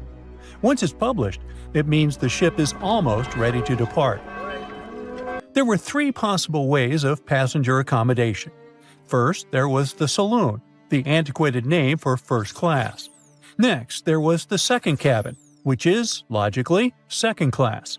Finally, there was the steerage, the cheapest form of passenger accommodation on a ship. Back in the 19th and early 20th centuries, many people traveled from their homelands, often to North America and Australia, looking for a fresh start. Most of them were poor and had limited funds for travel. In total, there were 8 people in the saloon, another 8 in the second cabin, and only 21 steerage passengers. Out of the 37 passengers, only one, John Ormond, would make it out alive. He bought a ticket for the steerage, so unlike the Titanic situation, in this case, the class didn't really matter. The crew members list wasn't as detailed as the passengers. It was known that, in total, there were around 55 people in the crew, from able-bodied seamen to crew members simply called boys. But there's something telling me that the crew wasn't really that important for the captain. In reality, all that mattered to him was to make as much money as possible, shipping tons of dangerous, flammable cargo. Out of over 50 crew members, only 17 survived that voyage. But there was actually one more crew member who actually survived it all, just because they weren't let in. Sarah Johnson disguised herself as a man and planned to sneak onto the ship. However, something about her looks made the captain get suspicious, so he called the police and made Sarah leave the ship as he didn't want any immoral behavior to take place. Well, he saved her life. For him, it was the last voyage. The captain, W. Hunter Ewell, was quite a celebrity apparently. He already had a record of the safe landing of immigrants in the previous year, so there seemingly was no reason to worry. The trip promised to be safe. Clipper Fiery Star left Moreton Bay bound for London. The passengers took their places. The cargo had already been loaded. The full list is astonishing. In addition to all the wool, tallow, cotton, hides, and horns, there were also 6 cases of arrowroot and various other packages. And we can't forget the animals the captain took aboard too. The Fiery Star was far away, yet still observable to the east as it headed toward the Pacific Ocean. This was the last information available until May 26, when news of its destruction emerged from Brisbane. Chief Officer William Sargent's log reveals that the Fiery Star took 12 days to reach the southern tip of New Zealand, passing on April 11, 1865. The trip was going well until heavy seas ruined 2 longboats on April 17. On this day, a strong odor of smoke alerted the captain. When he checked, he found the lower hold completely filled with smoke from a fire fueled by the ship's flammable cargo. The hatches were quickly closed to try to contain the flames, but by the next day, the heat and toxic smoke had forced passengers out of their cabins. George Maber was one of the lucky survivors. He was the ship's engineer, and he recalled the chaotic events on April 20th, as Captain Ewell and most of the crew and passengers tried to evacuate in rough weather. At around 6 p.m., the ship took on water, and without much warning, Captain Ewell, 4 crew members, and a few female passengers hopped into a lifeboat and headed out. The next boat, managed by the second mate, Mr. Adio, was a gig, followed by a crowded jolly boat. Lastly, there was a waste boat, which was barely seaworthy, with 2 men constantly bailing water to keep it afloat. The plan was for the boats to stay close to the Fiery Star overnight and head for the Chatham Islands the next morning. But by dawn on April 21st, all 4 boats had vanished without a trace. On the burning ship, there were 17 crew members and passenger John Oman, who banded together under Chief Officer William Sargent's leadership. For 5 days and nights, George Maber pumped water on the fire without rest. He volunteered to go down the forehatch with a rope around him and a handkerchief over his mouth. He discovered that the foremast had been burned through for about 7 inches, and the port side was severely damaged, resembling an empty shell. Exhausted, he returned for fresh air, but later descended again with Quartermaster Marshall to access a water tank. They couldn't open the lid, and as George crawled over the hides, he felt himself sinking. When they reached the deck, they collapsed from exhaustion. The cargo had been destroyed by smoke and fire, and the heat on the deck was intolerable. The crew survived on limited rations and caged chickens, using every spare piece of wood, including pigsties for the pumps. Distressed pigs ran wild in the heat. A raft was constructed, but was too weak for the open sea. Sleep was elusive, and the crew had lost everything, with only hopes of reaching land or meeting another ship. Finally, the Dauntless appeared and sent a lifeboat to the Fiery Star. Captain Moore boarded the Fiery Star on May 12th, and after assessing the situation, he agreed that the crew could do no more. They boarded the Dauntless at 4 p.m., witnessing the Fiery Star succumb to flames by 11:30 p.m. It was a narrow escape. You're down in one of those polar seas where the Brinicle, eerily called the Finger of Death, is born. It's a strange, almost otherworldly place, the deep ocean, where light barely reaches. Everything down there seems to have adapted to survive in darkness and intense cold. But even those truly hardy creatures aren't ready for what a Brinicle can do. When that briny, super-cooled water starts dripping down, a ghost story begins. The formation of these brinicles is a fascinating process, like an underwater science experiment happening in real time. We know that when seawater freezes, it doesn't freeze like fresh water. Because of all the salt in it, it has to push out impurities to form the pure ice that floats at the top. This means the salty water, or brine, ends up trapped in channels and pockets within the ice. When it sees the light of day for the first time, a brinicle resembles a pipe of ice reaching down from the underside of a layer of sea ice. At first, a brinicle is very fragile and its walls are thin. But the continuous flow of colder brine supports the growth of the brinicle. It also prevents it from melting. Otherwise, this process would be inevitable, caused by the brinicle's contact with less cold surrounding water. As the ice accumulates and the walls become thicker, the brinicle becomes more stable. Over time, the brine trapped inside gets squeezed out through tiny cracks, dripping down in this cold, heavy plume. Once that cold brine starts flowing downward, it begins freezing the seawater around it into a sheath of ice. That's why, instead of melting as it hits the water below, it forms this icy casing that protects it, helping it grow longer and stronger. The brinicle keeps moving forward inch by inch, and this crazy downward spiral is almost unstoppable. And when it touches down on the seafloor, that's when the trouble begins for anything living nearby.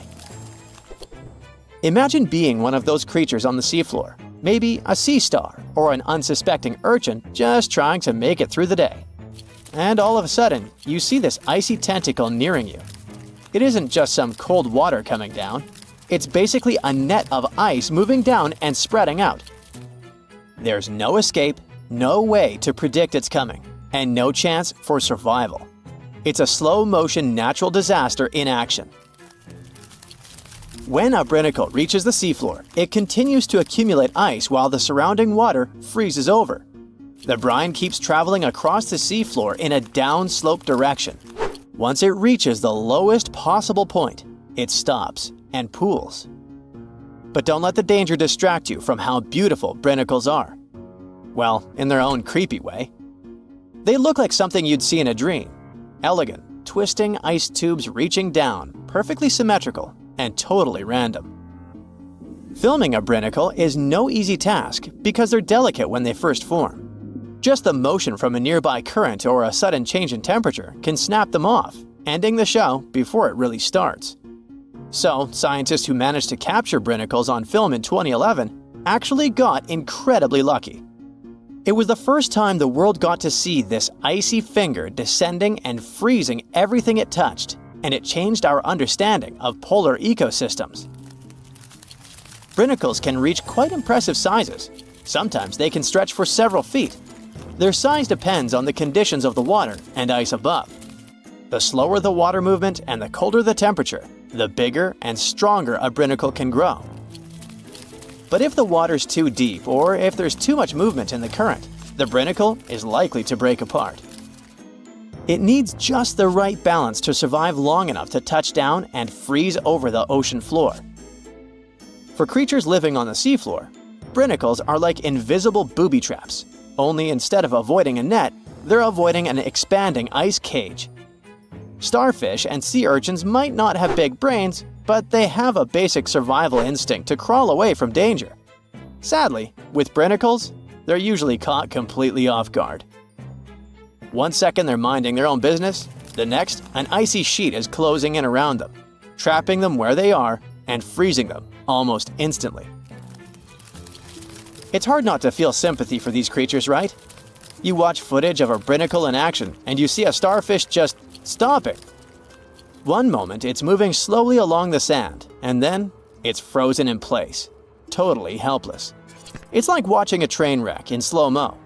Luckily, brinicles present danger only to smaller marine life forms like sea urchins and starfish. Bigger animals like seals or whales, or humans who happen to go diving in the ocean at the frigid poles, brinicles are totally harmless. At the same time, for scientists, this tough natural phenomenon offers a fascinating insight into how life adapts or fails to adapt for that matter, in extreme environments. And it gets even better.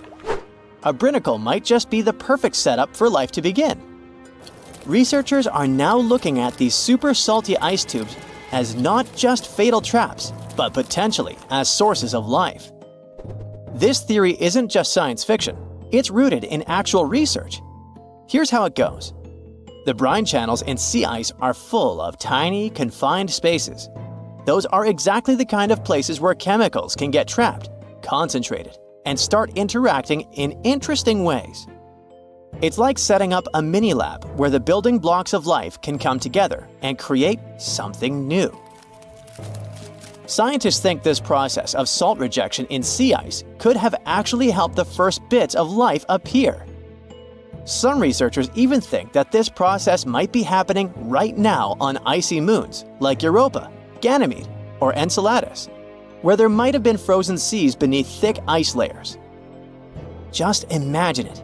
Brinicles forming in other worlds of our solar system, laying down the foundations for extraterrestrial life, and all thanks to the same icy process that creates these fingers of death here on Earth. One way scientists describe brinicles is by comparing them to chemical gardens. Have you ever done one of those experiments where you mix metal salts into a solution and watch them produce plant-like structures? Well, you can observe a similar chemical process when a brinicle is in action. In the cold, saline-rich brine of a brinicle, certain reactions could kick off to create amino acids or other building blocks of life. It's wild to think that something so dangerous could have also helped shape our world, or could be creating other forms of life elsewhere. In both cases, whether on Earth or another planet, these icy chemical reactions might be the first step toward the formation of simple life forms. It's a kind of alchemy, where ice and salt water mix to create something more than the sum of their parts. This is one reason why scientists are so eager to study brinicles. Each one could hold a tiny clue about how life begins, survives, or fails under extreme conditions. Something as mesmerizing and weird, but at the same time simple as brinicles, hints at bigger questions. How did life start on Earth? What are the conditions needed for life to survive in extreme environments? Could icy structures like these exist in other parts of our solar system or beyond, creating similar conditions that might one day give rise to alien life? As much as they look like a silent threat reaching out from the ice, brinicles are also reminders of how beautifully complex and interconnected our world is. They may seem like simple fingers of ice, but they hold secrets that touch on everything from ecology to chemistry, to the origins of life itself. So next time you hear about the ocean, remember that deep below in the darkest, coldest waters, something incredible and a little bit terrifying is happening right at this moment. On December the 5th, 1952, a nauseating yellow-gray fog engulfed London, claiming 12,000 lives. This wasn't mere mist. It stank of rotting eggs and stretched 30 miles wide. Buses halted, planes were grounded, and ambulances were trapped. For 5 days, the city vanished in the stench and sludge. Streets slick with a black ooze. Those who dared ventured out stumbled blindly, smudging their faces while birds crashed into buildings. With visibility zero, thieves ran rampant, and even indoor shows were canceled. The Great Smoke sent over 100,000 people to hospitals, leaving a grim legacy of demise and decay. The causes of this tragedy started long into the past. Something called pea soup fog became one of the symbols of London in the 19th century. Nature wasn't to blame for this fog. It was caused by people burning coal to heat their homes and run factories. In fact, London's air started getting smoky all the way back in the 13th century, when people began widely using coal. It got worse as the city grew bigger. By the 17th century, people were already complaining about the dirty air. King James I tried to prevent so much coal burning with new laws, but nothing really changed. As more factories popped up during the Industrial Revolution in the late 18th century, the problem blew out of proportion. The air was full of tiny particles that water clung to and formed dark, heavy clouds. This mix of smoke and fog became so bad, people called it smog. Yep, this word was invented in London in the early 20th century. The smog got so thick sometimes it could last for a whole week, and it made people ill. Some even passed away because of it. Even though the smog was harmful, people didn't want to stop using coal because it gave them jobs and kept their homes warm. So the problem lingered. By the 20th century, thick fogs were happening less frequently, finally, because factories started moving away from the city. But on that December day in 1952, an anticyclone appeared over London. This meant that the cold air near the ground got trapped under warmer air higher up, like a lid keeping everything underneath. Because of this, all the smoke from factories, cars, and home fireplaces couldn't float up and away like usual. Instead, it clung near the ground, mixed with water in the air, and produced an extremely thick, dirty fog. Plus, daylight in December is shorter, and it was really cold, so people had to use even more coal for heating and lighting than they normally did. All this led to a disaster. It was clear that sulfur particles from the burning coal made the fog yellow and smell like rotten eggs. But scientists couldn't figure out why and how these particles turned into sulfuric acid. Decades later, an international team of researchers recreated that scary fog in a lab. They used samples of air and atmospheric measurements from the fog in two large Chinese cities that have high levels of sulfur dioxide in the air, just like London during the Great Smoke. They learned that the thick, dirty air, called haze, doesn't form in the same way in London and in China. In London's fog, smoke from burning coal released two gases, sulfur dioxide and nitrogen dioxide. These gases mixed with water droplets in the fog, which made it harmless at first because the water diluted the harmful chemicals. But as the water evaporated and there was nothing to dilute the two dioxides, the fog became very acidic and hazardous to breathe, so it damaged people's lungs. In present-day China, things are a little different. A third chemical, ammonia, joins the mix. Now ammonia, which comes from farms and cars, helps balance out the acidity of the fog, so it's less harmful than London's deadly fog. But the scientists found that cutting down on nitrogen dioxide and ammonia could still help China reduce its air quality problems. They hope that their discovery will help both understand London's past fogs and give China ideas for making its air cleaner. It could also save the health of millions of people around the world who are now living in cities with bad air quality. After the terrible fog of 1952, everyone realized how serious London's air problem was. 4 years later, the British authorities created a law called the Clean Air Act to stop something like that from happening again. This law banned people from burning smoky fuels like coal in their homes or in factory furnaces in some parts of the city. To help people adjust, the authorities gave them money so that they could switch to cleaner heating options like oil, natural gas, or electricity. It took time for these changes to make a big difference, and sadly, another dangerous smog happened in 1962. But the Clean Air Act was a very important first step for protecting the environment and people's health. Almost a century before the Great Smoke, another smelly event happened to London, the Great Stink. Back then, people didn't have proper bathrooms or sewers, and all the waste from houses and factories went straight into the River Thames. When the weather got super hot in July and August, the water level in the river went down, and piles of waste, sometimes 6 feet, popped up on the muddy banks. The smell was so terrible that even Queen Victoria and Prince Albert had to cancel their relaxing boat ride on the river. The politicians working in the brand new Parliament buildings, which were right by the river, couldn't handle the smell either. The air inside was so terrible that they had to hold handkerchiefs over their noses to breathe. They even tried soaking the curtains in chloride of lime, hoping it would cover up the horrible odor. Many Londoners believe that the bad air, called miasma, caused horrible things like cholera, which had already taken the lives of lots of people. Engineer Joseph Bazalgette solved the problem as he built a new sewer system that would move all the waste away from the city. His sewer system was so well designed that it still works today, even though London has grown to over 8 million people. On the other side of the Atlantic, in the United States, there was also a day when you couldn't see your hand before your face, and it was impossible to breathe outside. But the reasons for this Black Sunday were very different from the Great Smoke of London. In 1931, it almost completely stopped raining in the southern Great Plains. This drought lasted for nearly 10 years. Without rain, the farms dried up and the soil turned to dust. Strong winds blew this dry dirt into the air and created huge dust storms. These storms, called black blizzards, made it hard to breathe and see anything. People tried to protect themselves by putting Vaseline in their noses, wearing masks, and sealing their homes, but the dust still made many of them sick. In 1934, things got even worse. It was the driest year in over 1,000 years.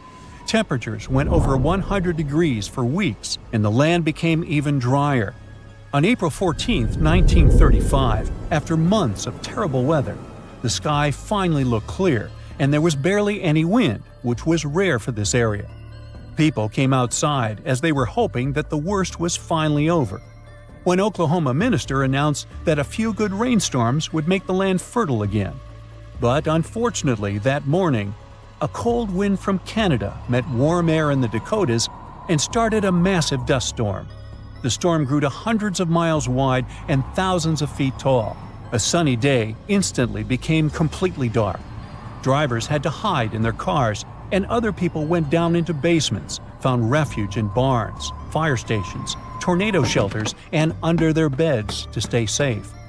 The storm didn't stop for hours and took at least 20 lives. Many people couldn't stop coughing, and one man went blind. The storm was so strong, it carried 300,000 tons of dirt across the country and even reached the East Coast. A girl, once and beautiful, ended up in a grave with a huge sickle across her neck. There were no signs of violence, no indications of any actual crime. Yet, someone was clearly terrified when they forced her into that grave. So scared that they even placed a padlock on the big toe of her left foot. They wanted her to stay in the tomb once and for all, fearing she might rise and take revenge on them. So, a whole community turned against a young lady who wasn't even over 20 years old, deeming her to be of ultimate danger. Do you see what I'm driving at? Let's test your historical knowledge. Who has been feared throughout human history to such an extent that commoners couldn't shake off that lingering sense of dread, even after their passing? If you say witches, warlocks, and vampires, you'd be completely correct. Just a little hint here. If you can't overpower someone physically, you can do it supernaturally. Well, that's at least what people used to think back in the 17th century. Not only was there a sickle and a padlock, but there were also signs of an attempt to twist the girl's corpse in the grave and turn it face down. This attempt had failed, leaving her spine buckled and twisted. By the way, the padlock wasn't necessarily meant to lock a vampire. It was more likely a talisman against evil spirits. That's a peculiar and, let's face it, very cruel way to bury someone. Yet it was a common practice for creating anti-vampire burial sites. The methods for preventing vampires from rising were quite elaborate. First off, let me introduce a term. Anti-vampire graves, known as revenant graves, date back thousands of years and have been found in various locations across Europe. Europe, you heard that right. Now before you say, hey, vampires are a Romanian thing, Dracula, duh, let me convince you otherwise. They are a part of all European folklore, meaning you can find references to them throughout Europe. With new settlements in America, vampire lore spread there too, eventually turning into the Twilight Saga. These anti-vampire burials are characterized by evidence of precautions taken to prevent those who bit the dust from rising. Such measures could include placing large stones on the deceased's legs or even piercing the body with a lance to fix it to the ground. To be completely safe, they could also consider removing the head from the torso. So, burying the body face down, cutting off the head, and pressing the body with a stone were the methods used to keep someone believed to be a demonic being from leaving the grave. Let's return to the poor lady, or rather, the girl. A couple of archaeologists, Dariusz Poliński and his partner, Magna Durodzka, who happened to be partners in both crime and life, stumbled upon her grave. Strangely, all of her 206 bones remained untouched. Yet no gravestone, no name, nothing. Just a lonely grave on a hill in northern Poland. Poliński, a professor of archaeology, and Zagrodzka began piecing together the story of the woman they eventually named Zosia. Carbon dating suggested she had been about 18 years old and had passed away about 350 years ago during a chaotic time in Poland's history. There is little documentation about this graveyard, which seemed to serve as a resting place for individuals marginalized by the community. Was Zosia a poor girl who had been marginalized because life forced her into the worst situation a lady could face? Not really. As the archaeologists delved deeper, they stumbled upon some hints that indicated she might have hailed from a rich family. Her burial featured a stylish bonnet, and the delicate silk along with shiny silver and gold threads found with it suggested that it was part of an elegant headdress. This all pointed to the idea that she had some serious status or wealth. But the way she was buried indicated her outsider status in the village of Pien. Perhaps her presence there was unwanted, hence the idea of her being a vampire, backed up by the manner in which she was forced into the grave and held there. By analyzing the structure of her skull and extricating DNA from her skeleton, scientists created a reconstruction of what her face might have looked like. The specialists meticulously reshaped Zosia's likeness using modeling clay on a 3D printed model of her skull, which proved to be a deeply moving experience. They remarked that while they often worked on face reconstructions, in this case, they also sought to restore her dignity. Utilizing these three methods, the team reconstructed Zosia's 400-year-old face, revealing the human story buried beneath supernatural beliefs. It's ironic, isn't it? First, people tried their hardest to make the world forget her face and prevent her from ever coming back. 400 years later, people did everything they could to bring her back to life. Her picture now is all over the internet, yet we will never see the faces of those who buried her. Alas, this reconstruction project only allows viewers to visually connect with Zosia, but her true story remains a mystery. But what we know for sure is that people who were deemed vampires were badly discriminated against, to say the least. Rumor had it that hungry vampires would even steal people to quench their thirst. Let's use math to prove this rumor wrong and prove that Zosia wasn't one of them. Back in the year 1600, there were only 537 million people worldwide. Yeah, this data may not be very accurate, but it's pretty close to reality. A physicist, Kostas Eftimiou, calculated that if a vampire had been drinking one person's blood each month, humanity would have faced extinction within a few years. Starting with one vampire and a population of 537 million in 1600, this math shows we'd have no humans left by July 1602. But here we are now. Well, while placing a stone on a corpse to make sure the vampire doesn't rise may be something new to you, there are also a bunch of stereotypical things associated with these creatures that you definitely know, such as garlic and mirrors.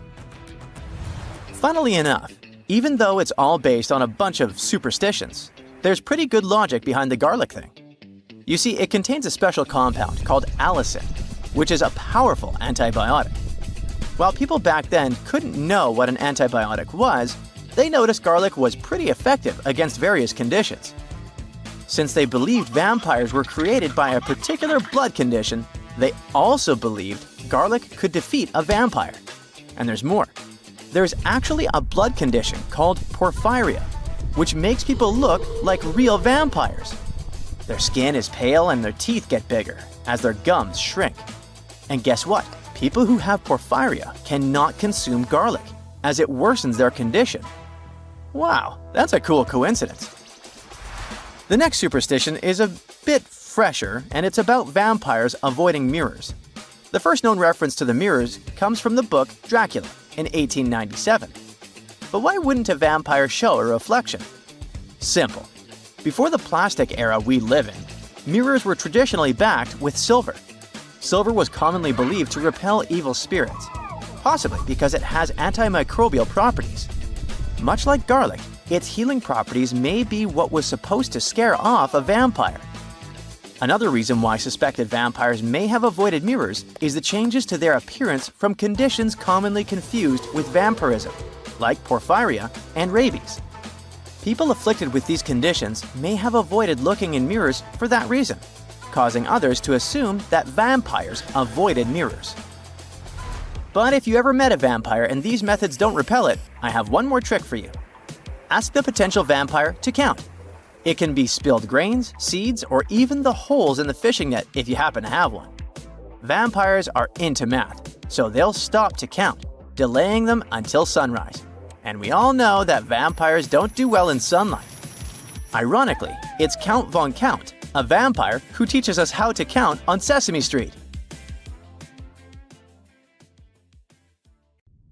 A 4-story wall of water that only rises once in 1,300 years was recorded off the west coast of Canada. Some people blame waves like this for disappearances in the Bermuda Triangle.